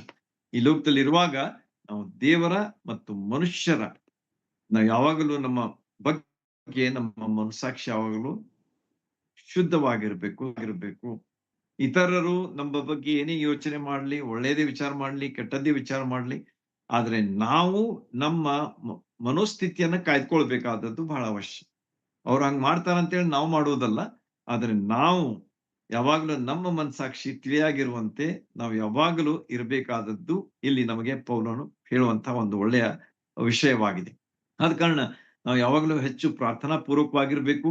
ಮತ್ತು ನಮ್ಮಿಂದ ಏನಾದ್ರೂ ತಪ್ಪಾಗಿದ್ರೆ ನಮಗ ಒಂದು ದೇವರು ಒಂದು ವಿಧಾನ ಕೊಟ್ಟಿದ್ದಾನೆ. ಒಂದು ವಚನ ನಾವು ಅಲ್ಲಿ ನಾವು ಓದ್ತೇವೆ. ಯಾವುದು? 1 ಯೋಹಾನ 1:9 ನಾವು ನಮ್ಮ ಪಾಪಗಳನ್ನು ಒಪ್ಪಿಕೊಂಡು ಅರಿಕೆ ಮಾಡುವುದಾದ್ರೆ, ಪಾಪ ರಕ್ಷಣೆ ಹೊಂದಿದ ಮೇಲೆ ನಾವು ಪಾಪ ಮಾಡ್ಬೇಕಂತಿಲ್ಲ, ಆದ್ರೆ ತಪ್ಪಿ ಎಷ್ಟೋ ಸಲ ಪಾಪಗಳಾಗ್ತವೆ. ಅದಕ್ಕೋಸ್ಕರವಾಗಿ ದೇವರು ಒಂದು ಯೇಸುಸ್ವಾಮಿ ಒಂದು ವಿಧಾನ ಇಟ್ಟಿದ್ದಾನೆ. ಅದೇನಂತಂದ್ರೆ, ನಮ್ಮ ಪಾಪಗಳನ್ನು ಒಪ್ಪಿಕೊಂಡು ಅರಿಕೆ ಮಾಡೋದಾದ್ರೆ ಆತನು ನೀತಿವಂತನು ನಂಬಿಗಸ್ತನೂ ಆಗಿದ್ದು ಸಕಲ ಅನೀತಿಯಿಂದ ನಮ್ಮನ್ನು ಪರಿಹರಿಸಿ ಶುದ್ಧರನ್ನಾಗಿ ಮಾಡ್ತಾನೆ ಅಂತೇಳಿ 1 ಯೋಹಾನ 1:9 ಇದನ್ನ ನೆನ್ಪಿಟ್ಕೊಡ್ರಿ, ಬಾಯ್ಪಾಟ್ ಮಾಡ್ರಿ, ಮತ್ತೆ ಇದನ್ನ ನೀವು ಪ್ರಾಕ್ಟೀಸ್ ಮಾಡ್ಬೇಕಾದದ್ದು ಬಹಳ ಅವಶ್ಯ. ಅಂದ್ರೆ ನಾವು ಪಾಪ ಮಾಡ್ಬೇಕು, ನಮಗೆ ಇದೊಂದು ವಿಧಾನ ಐತಂತೇಳಿ ಅಲ್ಲ. ತಪ್ಪಿ ಮಾಡುವಾಗ ಪಾಪ ಮಾಡ್ಲೇಬಾರ್ದು. ಮೊದಲೇದಾಗಿ ನಾವು ಪಾಪ ಮಾಡ್ಲೇಬಾರ್ದು. ಯಾಕಂದ್ರೆ ನಾವು ಪಾಪಕ್ಕೋಸ್ಕರವಾಗಿ ನಾವು ಸತ್ತಿದ್ದೇವೆ, ಕ್ರಿಸ್ತನಿಗೋಸ್ಕರವಾಗಿ ನಾವು ಜೀವಿಸ್ತಾ ಇದ್ದೇವೆ. ಆದ್ರೂ ಕೂಡ ಪಾಪದ ಸನ್ನಿಧಾನದಲ್ಲಿ ಇರುವ ಕಾರಣ ಎಷ್ಟೋ ಸಲ ಕೈ ತಪ್ಪಿ ಆಗ್ತವೆ, ಬಾಯಿ ತಪ್ಪಿ ಆಗ್ತದೆ. ಆದ್ರೆ ನಾವು ಎಚ್ಚರದಿಂದ ಇರಬೇಕು. ಅದನ್ನೇ ಪೌಲನು ಇಲ್ಲಿ ಹೇಳ್ತಾ ಇದ್ದಾನೆ. ನನ್ನ ಮನಸ್ಸಾಕ್ಷಿ ಅದು ಯಾವಾಗಲೂ ದೇವರ ವಿಷಯವಾಗಿ ಮನುಷ್ಯರ ವಿಷಯವಾಗಿ ಅದು ಯಾವಾಗಲೂ ಸ್ವಚ್ಛವಾಗಿದೆ ಎಂಬುದಾಗಿ ಆತನು ಇಲ್ಲಿ ಹೇಳುವುದು ನಮಗ ಈ ಕೆಲವು ಅಂಶಗಳ ಬಗ್ಗೆ ತಿಳುವಳಿಕೆಯನ್ನ ಕೊಡ್ತದೆ. ಈ ರೀತಿಯಾಗಿ 4ನೇ ಒಂದು ಆರೋಪಕ್ಕೆ ಆತನು ಬರ್ತಾನೆ. ಅದೇನಂತಂದ್ರೆ, ದೇವಾಲಯದಲ್ಲಿ ನಾನು ಹೋಗಿ ಅಶುದ್ಧ ಮಾಡಿದೆ ಅಂತ ಹೇಳಿ ಇವ್ರು ಹೇಳ್ತಾ ಇದ್ದಾರೆ. ಮೇಲಿನ 3 ಅಪಾದನೆಗಳಿಗೆ ಉತ್ತರ ಕೊಟ್ಟವ. 4ನೇದಕ್ಕೆ ಬರುವಾಗ ಅವನೇನ್ ಹೇಳ್ತಾನಂತಂದ್ರೆ, ನಾನು ಶುದ್ಧೀಕರಿಸಿಕೊಂಡು ಆ 4 ಜನರೊಂದಿಗೆ ನಾನು ಸಹ ಶುದ್ಧೀಕರಿಸಿಕೊಂಡೆ, ಒಳಗ್ ಹೋದೆ. ಯಾಕೆ ಹೋದೆ? ಆರಾಧಿಸುವುದೊಂದು. ಎರಡನೇದಾಗಿ ನನಗೆ ಬೇರೆ ಬೇರೆ ಸ್ಥಳಗಳಿದ್ದವು. ಅಂದ್ರೆ ಏಷ್ಯಾದಲ್ಲಿದ್ದವರು ಮತ್ತೆ ಬೇರೆ ಬೇರೆ ಸ್ಥಳಗಳಿದ್ದು, ಆಸ್ಯ ಸೀಮೆಯಲ್ಲಿದ್ದವರು ಒಂದು, ಆಮೇಲೆ ಮೆಕೆದೋನ್ಯದಲ್ಲಿದ್ದವರು ಒಂದು. ಈ ಎಲ್ಲಾ ಬೇರೆ ಬೇರೆ ಗುಂಪಿನ ಜನರು ನನಗೆ ಹಣ ಕೊಟ್ಟು ಇಲ್ಲಿ ಕಳಿಸ್ಕೊಟ್ಟಿದ್ದಾರೆ. ಎದ್ರ ಸಲುವಾಗಿ? ಯೆರೂಸಲೇಮಿನಲ್ಲಿರ್ತಕ್ಕಂತಹ ಬಡ ಕ್ರೈಸ್ತರಿಗೆ ತೆಗೆದುಕೊಂಡು ಹೋಗಿ ಕೊಡ್ರಿ ಅವರಿಗೆ. ಅವರು ನಮ್ಮ ಸಹೋದರರಾಗಿದ್ದಾರೆ, ನಮ್ಮ ಸಹೋದರಿಯರಾಗಿದ್ದಾರೆ, ನಮ್ಮ ಕೂಡ ಇರುವಂತಹ ಕ್ರಿಸ್ತನನ್ನ ನಂಬಿದಂತವರಾಗಿದ್ದಾರೆ. ಆದ ಕಾರಣ ಅವರಿಗೆ ನೀವು ಹೋಗಿ ಇದನ್ನ ತಲುಪಿಸ್ರಿ ಎಂಬುದಾಗಿ ಅವರು ನನಗೆ ಹೇಳಿದ ಕಾರಣ ನಾನು ಆಸಕ್ತಿ ವಹಿಸಿ ಬಂದು ಅದನ್ನ ದೇವಾಲಯಕ್ಕೆ ತೆಗೆದುಕೊಂಡು ಹೋಗಿ ಕೊಡ್ತಾ ಇದ್ದೇನೆ. ಅದಕ್ಕಾಗಿ ನಾನು ಬಂದಿದ್ದೇನೆ ದೇವಾಲಯದೊಳಗೆ. ಬೇರೆ ಯಾರನ್ನ ಕರ್ಕೊಂಡು ಬಂದು ನಾನು ಯಾವ ಒಂದು ಅಶುದ್ಧ ಕೆಲಸ ನಾನು ಮಾಡಿಲ್ಲ. ಆದ್ರೆ ಇವ್ರು ಹಾಗೆ ಹೇಳ್ತಾ ಇದ್ದಾರೆ. ಯಾರು? ಕೆಲವರು ಅಲ್ಲಿ ಏಷ್ಯಾ ಖಂಡದಿಂದ ಅಂದ್ರೆ ಆಸ್ಯ ಸೀಮೆಯಿಂದ ಬಂದಂತ ಕೆಲವರು ಯಹೂದ್ಯರು ಪೌಲನನ್ನು ನೋಡಿದ್ರಂತ ಒಳಗ್ ಹೋಗುವಾಗ. ಅವರು ಬಂದು ಈ ಒಂದು ವಿಚಾರವನ್ನ ಜನರಲ್ಲಿ ಹಬ್ಬಿಸಿದ್ರು ಅಂತ ಹೇಳಿ ನಮಗ ಅಲ್ಲಿ ಓದುವಾಗ ತಿಳಿದು ಬರ್ತದೆ. ಆದ ಕಾರಣ ನೀವು ಬೇಕಂತಂದ್ರೆ ಅವ್ರನ್ನೇ ಕರೆಸಿ ಕೇಳ್ರಿ. ಒಂದ್ ವೇಳೆ ಅವರು ಅದು ನಿಜವಾಗಿತ್ತಂತಂದ್ರೆ ಇಲ್ಲಿ ತನಕ ಬಂದು ಅವ್ರು ಹೇಳ, ಮಹಾಯಾಜಕ ಬಂದಾರೆ, ವಕೀಲರು ಬಂದಾರೆ, ಹಿರಿಯರು ಬಂದಾರೆ, ಅವರು ಬರ್ತಿದ್ರು. ಬಂದು ಇದನ್ನ ಹೇಳ್ತಿದ್ರು. ಅವರು ಏನಂತೇಳಿ, ಇವನು ದೇವಾಲಯದಲ್ಲಿ ಹೋಗಿ ಹೊಲೆ ಮಾಡಿದ್ದಾನ ಅಂತ ಹೇಳಿ ಅವರು ಸಾಕ್ಷಿ ಕೊಡ್ತಿದ್ರು. ಆದ್ರೆ ಅವರು ಅದನ್ನ ಅದು ಮಾಡ್ಲಿಕ್ಕೆ ಸಾಧ್ಯನೇ ಇಲ್ಲ, ಯಾಕಂದ್ರೆ ಹಾಗೇ ಇಲ್ಲ, ಆದ ಕಾರಣ ಅವ್ರು ಬಂದಿಲ್ಲ ಅಂತ ಹೇಳಿ ಪೌಲನು ಒಂದು ಸುಂದರವಾದ ರೀತಿಯಲ್ಲಿ ಅದರ ವಿವರಣೆಯನ್ನ ಕೊಡ್ತಾನೆ ಅಂತ ಹೇಳಿ ನಮಗ ಇಲ್ಲಿ ಕಂಡು ಬರ್ತದೆ. ಅಷ್ಟು ದೇವಾಲಯಕ್ಕೆ ಹೋಗಿದ್ದ ಅಂತಂದ್ರೆ ದೇವರು ಅವನ ಸೇವೆಯಲ್ಲಿ ಬಹಳ ಸಹಾಯ ಮಾಡ್ತಾ ಇದ್ದ. God was helping Paul in a very wonderful way. ನೀವೆಲ್ಲ ನೋಡಿದ್ದೀರಿ ಹೇಗೆ ಇನ್ನೇನು ಮುಗಿತ್ ಪಾನೊಳಗೆ ಮತ್ತೆ ದೇವರನ್ನು ಉಳಿಸ್ತಾನೆ, ಪವಿತ್ರಾತ್ಮನ ಮತ್ತೊಂದು ಕೆಲಸ ಮಾಡ್ತಾನೆ, ಮತ್ತೊಬ್ಬ ವ್ಯಕ್ತಿಯನ್ನು ತರ್ತಾನೆ, ಮತ್ತೊಂದು ಕಡೆ ಹೋಗ್ತಾನೆ. ಈ ರೀತಿಯಾಗಿ ಅದ್ಭುತವಾದ ರೀತಿಯಲ್ಲಿ ಪೌಲನು ತನ್ನ ದೇವರ ಕೃಪೆಯನ್ನ ತನ್ನ ಜೀವನದಲ್ಲಿ ಅನುಭವಿಸಿದ ಕಾರಣ ಯೆರೂಸಲೇಮಿಗೆ ದೇವಾಲಯಕ್ಕೆ ಬಂದು ಆತನು ಕೃತಜ್ಞತಾ ಒಂದು ಸ್ತೋತ್ರವನ್ನ, ಕಾಣಿಕೆಯನ್ನ ಕೊಡಬೇಕು ಅಂತ ಹೇಳಿ ಬಂದಿದ್ದೆ ಅಂತ ಹೇಳಿ ಅಲ್ಲಿ ತಿಳಿಸುವುದನ್ನ ನಾವು ಕಾಣ್ತೇವೆ. ಆದ ಕಾರಣ ಇವರೇನ್ ಹೇಳ್ತಾ ಇದ್ದಾರೆ, ನಾನು ಬಂದು ಹೊಲೆ ಮಾಡ್ತಾ ಇದ್ದೇನೆ ಅಂತ ಇವ್ರೇನ್ ಹೇಳ್ತಾ ಇದ್ದಾರೆ, ಇದೆಲ್ಲ ಸುಳ್ಳಾದಂತಹ ವಿಷಯ. ನಾನು ಅಂತ ಯಾವ ಉದ್ದೇಶ ಇಟ್ಕೊಂಡು ಬಂದಿಲ್ಲ ಎಂಬುದಾಗಿ ಪೌಲನು 4ನೆಯ ಅಪಾದನೆಗೋಸ್ಕರ ಆರೋಪಿಗೆ ಅಪಾದನೆಗೋಸ್ಕರವಾಗಿ ಆತನು ಅಂಥೇಳಿ ಅಲ್ಲಿ ನಮಗ ತಿಳಿದು ಬರ್ತದೆ. ಈ ರೀತಿಯಾಗಿ 22ನೇ ವಚನಕ್ಕೆ ನಾವು ಬರುವಾಗ ಈಗಾಗಲೇ ನೋಡಿದಂತೆ ಫೆಲಿಕ್ಸನು ಯೇಸು ಕ್ರಿಸ್ತರ ವಿಷಯ ತಿಳಿದಿದ್ದ. ಯಾಕಂದ್ರೆ ನಾನು ಹೇಳಿದಲ್ಲ ನಿಮ್ಗೆ, ಯೂದಾಯ ಸೀಮೆಯಲ್ಲಿ ಕೆಲಸ ಮಾಡಿದ 7 years. ಅವನು ಬಹಳ ಕೆಳಮಟ್ಟದಿಂದ ಮೇಲ್ ತನಕ ಬಂದಾಗ ಅವನಿಗೆ ಬಹಳಷ್ಟು ಜನರ ಪರಿಚಯ ಇತ್ತು. ಹೀಗಾಗಿ ಅವನು ಏನ್ ಮಾಡ್ದ ಅಂತಂದ್ರೆ ಈ ಒಂದು ಕೇಸ್ಗೋಸ್ಕರವಾಗಿ ಅವನು ಸ್ಟೇ ತಂದ್ಬಿಟ್ಟ. ಈಗ ನೀವು ಇದಕ್ಕೆ ಏನಂತಾರೆ, ನೀವು ನ್ಯಾಯಾಲಯಕ್ಕೆ ಹೋದ್ರೆ ಸ್ಟೇ ಕೊಡ್ತಾರೆ. ಸ್ಟೇ ಅಂತಂದ್ರೆ ಅದನ್ನ ಆ ಒಂದು ವಿಚಾರಣೆಯನ್ನ ನಿಲ್ಲಿಸಿ ಡೇಟ್ ಕೊಡ್ತಾರೆ. ನೀವು ಈಗ ಎಷ್ಟು ದಿವಸ, ಒಂದು 15 ದಿವಸ, 1 ತಿಂಗಳು, ಇಂಥ ತಾರೀಕಿಗೆ ಬರ್ರಿ, ನಾವು ಮತ್ತೆ ನಿಮ್ಮ ವಿಚಾರಣೆ ಮುಂದುವರಿಸ್ತೇವೆ ಎಂಬುದಾಗಿ ಹೇಳುವಂತಹ ಒಂದು ವಿಧಾನ, ಸ್ಟೇ ತರುವಂತದ್ದಂತ. ಆದ ಕಾರಣ ಅವನೇನ್ ಮಾಡ್ಬಿಟ್ಟ ಅಂದ್ರೆ ಸ್ಟೇ ಮಾಡ್ಬಿಟ್ಟ. ಈ ವಿಚಾರಣೆ ಇಷ್ಟೆಲ್ಲ ಕೇಳಿದಪ್ಪ, ಆಯ್ತು ಬಿಡು, ವಕೀಲ್ನು ಹೇಳ್ದ, ನೀನು ಹೇಳ್ದಿ, ಈಗ ನಾನು ಸ್ವಲ್ಪ ನಿನ್ಗೆ ಸ್ಟೇ ಕೊಡ್ತೇನೆ, ಆಮೇಲೆ ನೋಡೋಣ ಏನಾಗ್ತದ ಅಂತ ಹೇಳಿ ಅವನೇನ್ ಮಾಡ್ಬಿಟ್ಟ, ಏನಂತ ಹೇಳ್ದ ಅಂತಂದ್ರೆ, ಸಹಸ್ರಾಧಿಪತಿ ಬರ್ಲಿ, ಯಾಕಂದ್ರೆ ಅವನೇ ನನ್ ಕಳಿಸ್ಕೊಟ್ಟಾನ, ಅವನೇ ಪತ್ರ ಬರ್ದಾನ ನನಗ. ಆದ ಕಾರಣ ಅವನು ಬರ್ಲಿ, ಬಂದ ಮೇಲೆ ನಾ ಏನ್ ಮಾಡ್ತೀನಿ ಅಂತಂದ್ರೆ, ಈ ವಕೀಲ ಹೇಳಿದ್ದು ಕೇಳೇನಿ, ನೀನ್ ಹೇಳಿದ್ದು ಕೇಳೇನಿ, ಅವನೇ ಹೇಳ್ತಾನ ಕೇಳಿ ನಿನಗೆ ನಾನು ನ್ಯಾಯ ಕೊಡ್ತೇನೆ ಎಂಬುದಾಗಿ ಅವನು ಆ ಒಂದು ಸ್ಟೇ 23ನೇ ವಚನಕ್ಕೆ ಬರುವಾಗ ಅವನ್ ಏನ್ ಮಾಡ್ಬಿಟ್ಟ ಅಂತಂದ್ರೆ ಸ್ಟೇ ಕೊಟ್ಟ ಅಂತ ಹೇಳಿ ನಮಗ ಅಲ್ಲಿ ತಿಳಿದು ಬರ್ತದೆ. ಅಂದ್ರೆ ವಿಚಾರಣೆಯನ್ನ ಆತ ನಿಲ್ಸಿದ, ಇನ್ನು ಸರ್ಟನ್ ಡೇಟ್ ತನಕ ನೀವು ಅದನ್ನ ಸ್ಟೇ ಮಾಡ್ಬಿಟ್ಟ ಅಂತ ಹೇಳಿ ಅಲ್ಲಿ ನಾವು ಅದ್ರ ಬಗ್ಗೆ ಓದ್ತೇವೆ. ಆಮೇಲೆ ಏನಾಗ್ತದೆ ಅಂತಂದ್ರೆ 24ರಿಂದ 26 ಲಾಸ್ಟ್ ಕೆಲವು ವಚನಗಳು ಅಷ್ಟು ಹೇಳಿ ಮುಗಿಸ್ತೇನೆ. ಅದು ಬಹಳ ಇಂಪಾರ್ಟೆಂಟ್. ಯಾಕಂದ್ರೆ ಅಲ್ಲಿ ಪೌಲನ ಸಮಯ, ಎಷ್ಟು ಸಮಯ ಅಲ್ಲಿ ಕಳೀತಾನೆ ಅಥವಾ ಎಷ್ಟು ಸಮಯ ಅವನನ್ನು ಇಲ್ಲಿ ಇಡ್ತಾರೆ ಎನ್ನುವಂತಹ ಒಂದು ವಿಚಾರ ಇದೆ. ಎರಡನೇದಾಗಿ ಫೆಲಿಕ್ಸನು ಪೌಲನಿಗೆ ಯಾಕೆ ನ್ಯಾಯ ಕೊಡಲಿಲ್ಲ ಎನ್ನುವಂತ ಈ ಕೆಲವು ವಿಚಾರಗಳ ಸ್ಪಷ್ಟೀಕರಣ ಅಲ್ಲಿ ಬಹಳ ಸುಂದರವಾಗಿ ನಮಗ ಹೇಳಲಾಗಿದೆ. ಲಾಸ್ಟ್ 3-4 ವರ್ಸಸ್ ಏನಾಗ್ತದ ಅಂತಂದ್ರೆ, ಕೆಲ ಕಾಲವಾದ್ಮೇಲೆ ಫೆಲಿಕ್ಸ ಏನ್ ಮಾಡ್ದ ಅಂತಂದ್ರೆ ತನ್ನ ಹೆಂಡತಿ ಯಾರು ಅಂತಂದ್ರೆ ದ್ರೊಸಿಲ್ಲಳ ಹೆಸರು ಅಂತ, ಶಿ ವಾಸ್ ಎ ಜುವೆಸ್, ಅಂದ್ರೆ ಅವನ 3ನೇ ಹೆಂಡತಿ. ಸೊ ಇಬ್ರು ಹೆಂಡತಿಯರಿದ್ರು, ಮತ್ತೀಗ 3ನೇ ಹೆಂಡತಿಯೂ ಸಹ ಈಗ ಯಾರಂದ್ರೆ ದ್ರೊಸಿಲ್ಲಳು. ಆಕೆ ಯಹೂದ್ಯಳಾಗಿದ್ಲು ಅಂತಂದ್ರೆ, ಆಕೆ ಯಹೂದ್ಯಳಾದ ಕಾರಣ ಆಕೆ ಸ್ವಲ್ಪ ಧರ್ಮಶಾಸ್ತ್ರದ ಪರಿಚಯ ಆಕೆಗೆ ಇತ್ತು. ಆದ ಕಾರಣ ಅವ್ರು ಏನ್ ಮಾಡಿದ್ರು ಅಂತಂದ್ರೆ, ಇಬ್ರು ಬಂದು ಅವರು ಕೇಳಿದ್ರು ಏನಂತೇಳಿ, ಯೇಸು ಸ್ವಾಮಿಯನ್ನು ನಂಬೋದ್ರ ವಿಷಯ ನಮಗ ಹೇಳು, ಅಂದ್ರೆ ಸ್ವಾರ್ಥಿಯನ್ನ ನಮಗೆ ಹೇಳು ಅಂತ ಹೇಳಿ ಫೆಲಿಕ್ಸನು ಮತ್ತು ಅವ್ರ ಹೆಂಡತಿ ದ್ರೊಸಿಲ್ಲಳು ಅವ್ರಿಗೆ ಕೇಳ್ತಾರೆ ಪೌಲನಿಗೆ, please explain to us what gospel is ಅಂತ ಹೇಳಿ. ಆಗ ಪೌಲನು ಬಹಳ ಒಳ್ಳೆ ರೀತಿಯಿಂದ ಸ್ವಾರ್ಥಿಯ 3 ಅಂಶಗಳನ್ನ ಹೇಳ್ತಾನೆ. ಮೊದಲನೇದಾಗಿ ಪೌಲ ಹೇಳಿದ್ದೇನಂತಂದ್ರೆ ಸುನೀತಿ, ಅಂದ್ರೆ ಒಳ್ಳೆಯ ವಿಷಯಗಳು. ಎರಡನೇದಾಗಿ ದಯೆ, ಅಂದ್ರೆ ದೇವರ ಕೃಪೆ, ಕರುಣೆ.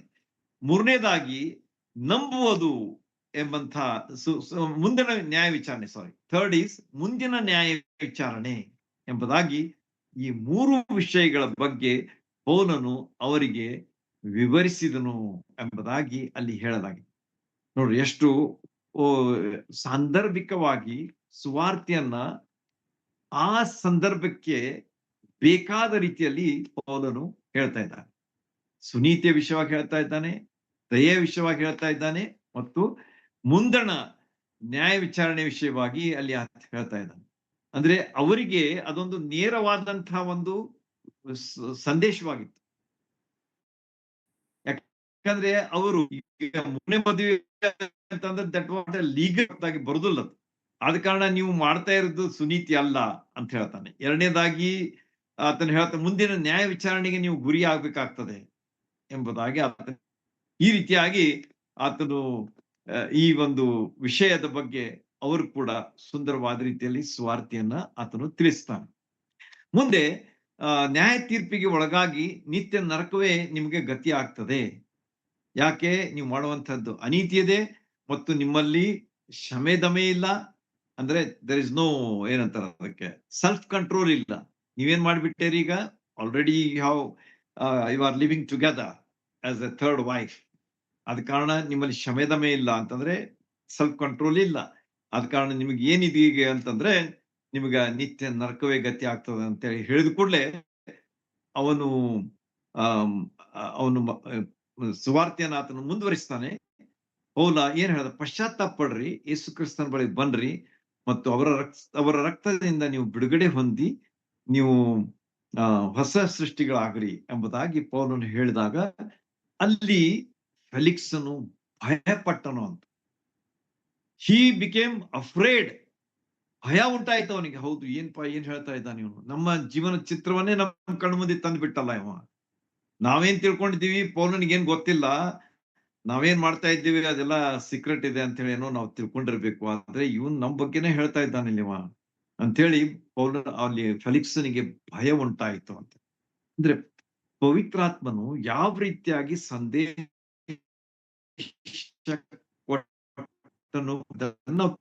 ತಿಳ್ಕೊಳ್ಬೇಕು. We should always obedient to the. ನನಗೆ ನಾವು ವಿಧೇಯರಾಗುವಾಗ ಪವಿತ್ರಾತ್ಮನು ನಮಗೆ ಬೇಕಾದಂತ ಸಂದೇಶ ಕೊಡ್ತಾನೆ, ಬೇಕಾದಂತ ಮಾತುಗಳನ್ನ, ಬೇಕಾದಂತ ಶಕ್ತಿಯನ್ನು ಕೊಡ್ತಾನೆ. ಅಂಥ ಅಧಿಪತಿಯ ಮುಂದೆ ಅವನು ಮಾಡುವಂತಹ ತಪ್ಪುಗಳನ್ನ ಎತ್ತಿ ತೋರಿಸುವಂತದ್ದು ಸುಲಭವಾಗಿರ್ಲಿಲ್ಲ. ಆದ್ರೆ ಪೌಲನು ಈ ಸಂದರ್ಭವನ್ನು ಉಪಯೋಗಿಸಿಕೊಂಡು ರಕ್ಷಣೆಯ ಸ್ವಾರ್ಥ್ಯನ ಅವನಿಗೂ ತಿಳಿಸೇ ಬಿಟ್ಟ. ನೀವು ಪಶ್ಚಾತ್ತಾಪ ಪಡ್ರಿ, ಯೇಸು ಸ್ವಾಮಿಯ ನಂಬ್ರಿ, ರಕ್ಷಣೆ ಹೊಂದ್ರಿ, ಆಗ ನೀವು ನರಕದ ಶಿಕ್ಷೆಯಿಂದ ತಪ್ಪಿಸ್ಕೊಳ್ತೀರಿ ಎಂಬುದಾಗಿ ನೇರವಾಗಿ ಹೇಳಿದಾಗ ಫೆಲಿಕ್ಸ್ ಅನ್ನೋದಕ್ಕೆ ಒಪ್ಲಿಲ್ಲ. ಅವನು ಅಂತ ಹೇಳಿ ಅಲ್ಲಿ ಹೇಳ್ತಾನೆ. ಅವನೇನ್ ಹೇಳ್ದ? ಸಮಯ ಬಂದಾಗ ಮತ್ ನಾನು ಕೇಳ್ತೇನೆ, ಈಗ ನೀವು ಹೋಗ್ಬಿಡಿ ಇಲ್ಲಿ ಅಂತ ಹೇಳಿ ಅವನು ಕಳಿಸ್ಬಿಟ್ಟ. ಅಂದ್ರೆ ಆ ನ್ಯಾಯಸ್ಥಾನದಿಂದ, ಅಥವಾ ಅವನು ಎಲ್ಲಿ ಡಿಸ್ಕಸ್ ಮಾಡ್ಲಿಕ್ಕೆ ಕರೆಸಿದ್ದ ಅಲ್ಲಿಂದ ಅವನನ್ನ ಕಳಿಸ್ಬಿಟ್ಟ ಅಂತ ಹೇಳಿ ಆ ಬಗ್ಗೆ ನಾವು ಅಲ್ಲಿ ಓದ್ತೇವೆ. ಪೌಲನ ಜನ ಬಂದು ಅವನಿಗೆ ಏನಾದ್ರು ಹಣ ಕೊಟ್ಟು ಬಿಡಿಸ್ಕೊಂಡು ಹೋಗ್ತಾರೇನೋ ಅಂತ ಮತ್ತೊಂದು ವಿಚಾರ ಅವನಲ್ಲಿ ಇತ್ತು ಅಂತ ಹೇಳಿ ನೀವು ಈಗಾಗಲೇ ಕೇಳಿದಿರಿ ಅದನ್ನ. ಅವನಿಂದ ನನಗೆ ಹಣ ಸಿಗ್ತದೆ, ಅಥವಾ ಅವನ ಕಡೆ ರೊಕ್ಕ ಇಲ್ದಿದ್ರು ಅವನನ್ನು ಬಿಡಿಸ್ಕೊಳ್ಳೋದಕ್ಕಾಗಿ ಜನ ಬರ್ತಾರೆ, ಅವ್ರು ನನಗೆ ರೊಕ್ಕ ಕೊಡ್ತಾರೆ ಮತ್ತು ನಾನು ಹಣ ಅವನಿಂದ ಪಡ್ಕೊಳ್ತೇನೆ ಎಂಬಂತ ವಿಚಾರ ಸಹ ಫೆಲಿಕ್ಸ್ನದು ಇತ್ತು ಎಂಬುದಾಗಿ ಅವನ ಬಗ್ಗೆ ನಮಗ ತಿಳಿದು ಬರ್ತದೆ. ಅಂದ್ರೆ ಅವನ ಆಶೆ ಇತ್ತು.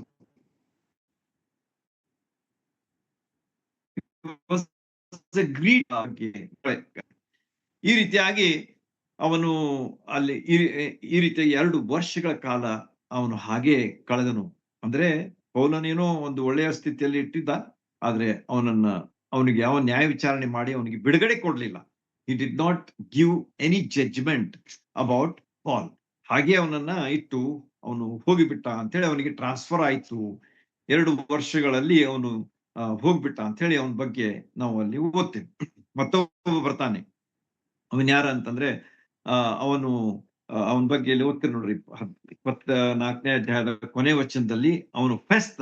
ಅವನ್ ಯಾರಂತಂದ್ರೆ ಫೆಲಿಕ್ಸನ ಸ್ಥಾನಕ್ಕೆ ಪೋರ್ಕಿಯ ಫೆಸ್ತನು ಬಂದನು. ಫೆಲಿಕ್ಸನು ಯಹೂದ್ಯರ ಪ್ರೀತಿಯನ್ನು ಸಂಪಾದಿಸಬೇಕೆಂಬ ಕೋರಿಕೆಯಿಂದ ಪೌಲನನ್ನು ಹಾಗೆ ಸೆರೆಯಲ್ಲಿ ಬಿಟ್ಟು ಹೋದನು. 2 ಕಾರಣಗಳು. ಮೊದಲನೇದಾಗಿ ಹಣ ಸಿಗ್ತತಿ ಅಂತ ಹೇಳಿ ನೋಡ್ದ, ಸಿಗಲಿಲ್ಲ. ಎರಡನೇದಾಗಿ ನಾನು ಇವನನ್ನು ಬಿಟ್ರೆ ಯಹೂದ್ಯರಿಗೆ ನಾನು ಅನ್ಪಾಪ್ಯುಲರ್, ಇವನು ಏನ್ ಬಿಟ್ಬಿಟ್ಟ ಇವನು ಪೌಲನನ್ನ ಅಂತ ಹೇಳಿ ಅವರು ನನಗೆ ಮೆಚ್ಚುಗೆಯನ್ನ ಅವ್ರು ವ್ಯಕ್ತ ಮಾಡೋದಿಲ್ಲ, ಅಥವಾ ನನ್ನ ಪರವಾಗಿ ಅವ್ರು ಇರುದಿಲ್ಲ ಅಂತ ಹೇಳಿ 2 ಕಾರಣಗಳಿಂದ ಅವನನ್ನ ಹಾಗೆ ಸೆರೆಯಲ್ಲಿ ಬಿಟ್ಟು ಹೋದ ಅಂತ ಹೇಳಿ ನಮಗ ಇಲ್ಲಿ ಕೊನೆಯ ಭಾಗದ ತಿಳಿಸ್ಕೊಡ್ತದೆ.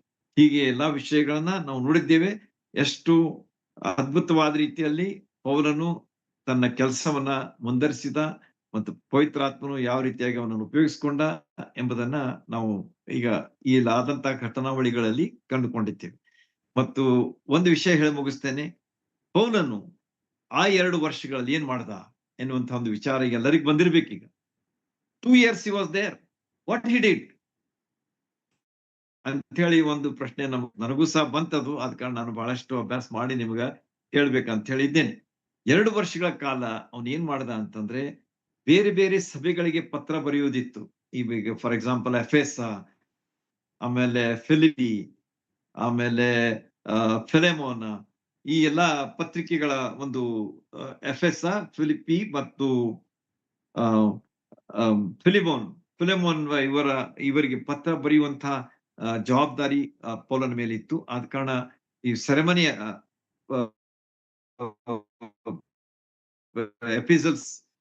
ಎಪಿಸಲ್ಸ್ ಗಳನ್ನ ಪ್ರಿಸನ್ ಎಪಿಸಲ್ಸ್ ಅವನು ಇಲ್ಲಿ ಬರ್ದಾನೋ ಅಥವಾ ಮುಂದೆ ರೋಮ್ದಲ್ಲಿ ಹೋಗಿ ಆತನು 2 ವರ್ಷ ಮತ್ತೆ ಸೆರೆಯಾಗಿರ್ತಾನೆ ಅಲ್ಲಿ ಬರ್ದಾನೋ ಅನ್ನುವಂಥದ್ರ ಖಚಿತವಾದಂತಹ ಸಾಕ್ಷ್ಯಾಧಾರಗಳಿಲ್ಲ. ಬಟ್ ಇಷ್ಟು ನಾವು ಹೇಳಬಹುದಲ್ಲ, ಇಲ್ಲಿದ್ದುಕೊಂಡು ಅವನು ಅಲ್ಲಿ ಏನ್ ಬರಿಬೇಕು ಅದನ್ನ ಸಿದ್ಧ ಮಾಡೋ ಒಂದು ವಿಚಾರ. ಎರಡನೇದಾಗಿ ಸಿಕ್ಕಂತ ಅವಕಾಶಗಳನ್ನ ಆತನು ಕಳೆದುಕೊಳ್ತಿರ್ಲಿಲ್ಲ. ಒಂದು ವಚನ ನಾನು ಅದಕ್ಕೆ ಓದಿ ಮುಗಿಸ್ಬೇಕಂತೇನೆ. ಬಹಳ ಅದ್ಭುತವಾದಂತಹ ಅವನ ಮನಸ್ಸು ಎಷ್ಟು ಸುವಾರ್ಥ ಸೇವೆಗೋಸ್ಕರವಾಗಿ ಸಮರ್ಪಿತವಾಗಿತ್ತು ಅಂತ ಹೇಳಿ ನಮಗೆ ಎಫೆಸದವರಿಗೆ ಬರೆದ ಪತ್ರದಲ್ಲಿ ಈ ಮಾತನ್ನ ಹೇಳ್ತಾನೆ ನೋಡ್ರಿ. ಎಫೆಸ 6ನೇ ಅಧ್ಯಾಯ 19ನೇ ವಚನದಲ್ಲಿ ಪೌಲನು ಒಂದು ಮಾತು ಹೇಳ್ತಾನೆ. ಅಲ್ಲಿ ನೋಡ್ರಿ, ಪೂರ್ವ ಕಾಲದಲ್ಲಿ ಗುಪ್ತಾಗಿದ್ದ ಸ್ವಾರ್ಥ ಸತ್ಯಾರ್ಥವನ್ನು ಭಯವಿಲ್ಲದೆ ತಿಳಿಸುವುದಕ್ಕೆ ಬೇಕಾದ ಮಾತನ್ನು ದೇವರು ನನಗೆ ಅನುಗ್ರಹಿಸಬೇಕೆಂದು ಪ್ರಾರ್ಥಿಸಿರಿ. ನೋಡ್ರಿ, ಎಂಥ ಮನಸ್ಸು ಪೌಲಂದಾಗಿತ್ತು ಅಂತ ಹೇಳಿ ಇಲ್ಲಿ ನಮ್ಗೆ ತಿಳಿದು ಬರ್ತದೆ. ನನ್ ಸಲುವಾಗಿ ಏನ್ ಪ್ರಾರ್ಥನೆ ಮಾಡ್ರಿ ಅಂತಂದ್ರೆ, ನಾನು ಬಾಯುವಾಗ ಅಂದ್ರೆ ನಾನು ಯಾವಾಗ ಮಾತಾಡ್ಲಿಕ್ಕೆ ಶುರು ಮಾಡ್ತೇನೆ ಅವಾಗ ನಾನು ಏನ್ ಮಾತಾಡ್ಬೇಕು? ಸ್ವಾರ್ಥ ಸತ್ಯಾರ್ಥವನ್ನು ಭಯವಿಲ್ಲದೆ ತಿಳಿಸಬೇಕು. ಯಾವುದೇ ಭಯವಿಲ್ಲದೆ. ಈಗ ನೋಡಿದ್ರಲ್ಲ ನೀವು ಯಾವ ರೀತಿಯಾಗಿ ಫಲಿಸ್ತಾನೆ, ಅವನು ಮುಂದೆ ಹೇಳಬಿಟ್ಟ ಅವನು ಅಂತ. ಆ ರೀತಿಯಾಗಿ ನಾನು ಸ್ವಾರ್ಥ ಭಯವಿಲ್ಲದೆ ತಿಳಿಸುವುದಕ್ಕೆ ಬೇಕಾದ ಮಾತನ್ನು ದೇವರು ನನಗೆ ಅನುಗ್ರಹಿಸಬೇಕೆಂದು ಪ್ರಾರ್ಥಿಸಿರಿ. ಅಂದ್ರೆ ಅವನ ಮನಸ್ಸು ಹೇಗಿತ್ತು? ಅವನು ಎಲ್ಲೇ ಇದ್ರೂ ಕೂಡ ಆತನು ಸ್ವಾರ್ಥ ಸೇವೆಯಲ್ಲಿ ಎಷ್ಟು ಆಸಕ್ತಿ ಇತ್ತು ಬಗ್ಗೆ ನಾವು ಇಲ್ಲಿ ಕಾಣ್ತೇವೆ. ಹೀಗಾಗಿ ಅವನ ಸ್ವಾರ್ಥ ಸೇವೆ, ಅದರ ಬಗ್ಗೆ ಆಸಕ್ತಿ, ಅತ್ಯಾಸಕ್ತಿ ಮತ್ತು ಪತ್ರಗಳನ್ನ ಬರೆಯುವುದಕ್ಕೋಸ್ಕರವಾಗಿ ಸಿದ್ಧತೆ, ಅಷ್ಟೇ ಅಲ್ಲದೆ ಅಲ್ಲಿದ್ದಂತ ಅಧಿಕಾರಿಗಳಿಗೆ ಅಂದ್ರೆ ರೋಮನ್ ಅಧಿಕಾರಿಗಳಿಗೆ ಅಲ್ಲಿದ್ದುಕೊಂಡು ಸ್ವಾರ್ಥೆಯನ್ನ ಆತನು ಖಂಡಿತವಾಗಿ ತಲುಪಿಸಿರ್ಬೋದು. There is no doubt about it.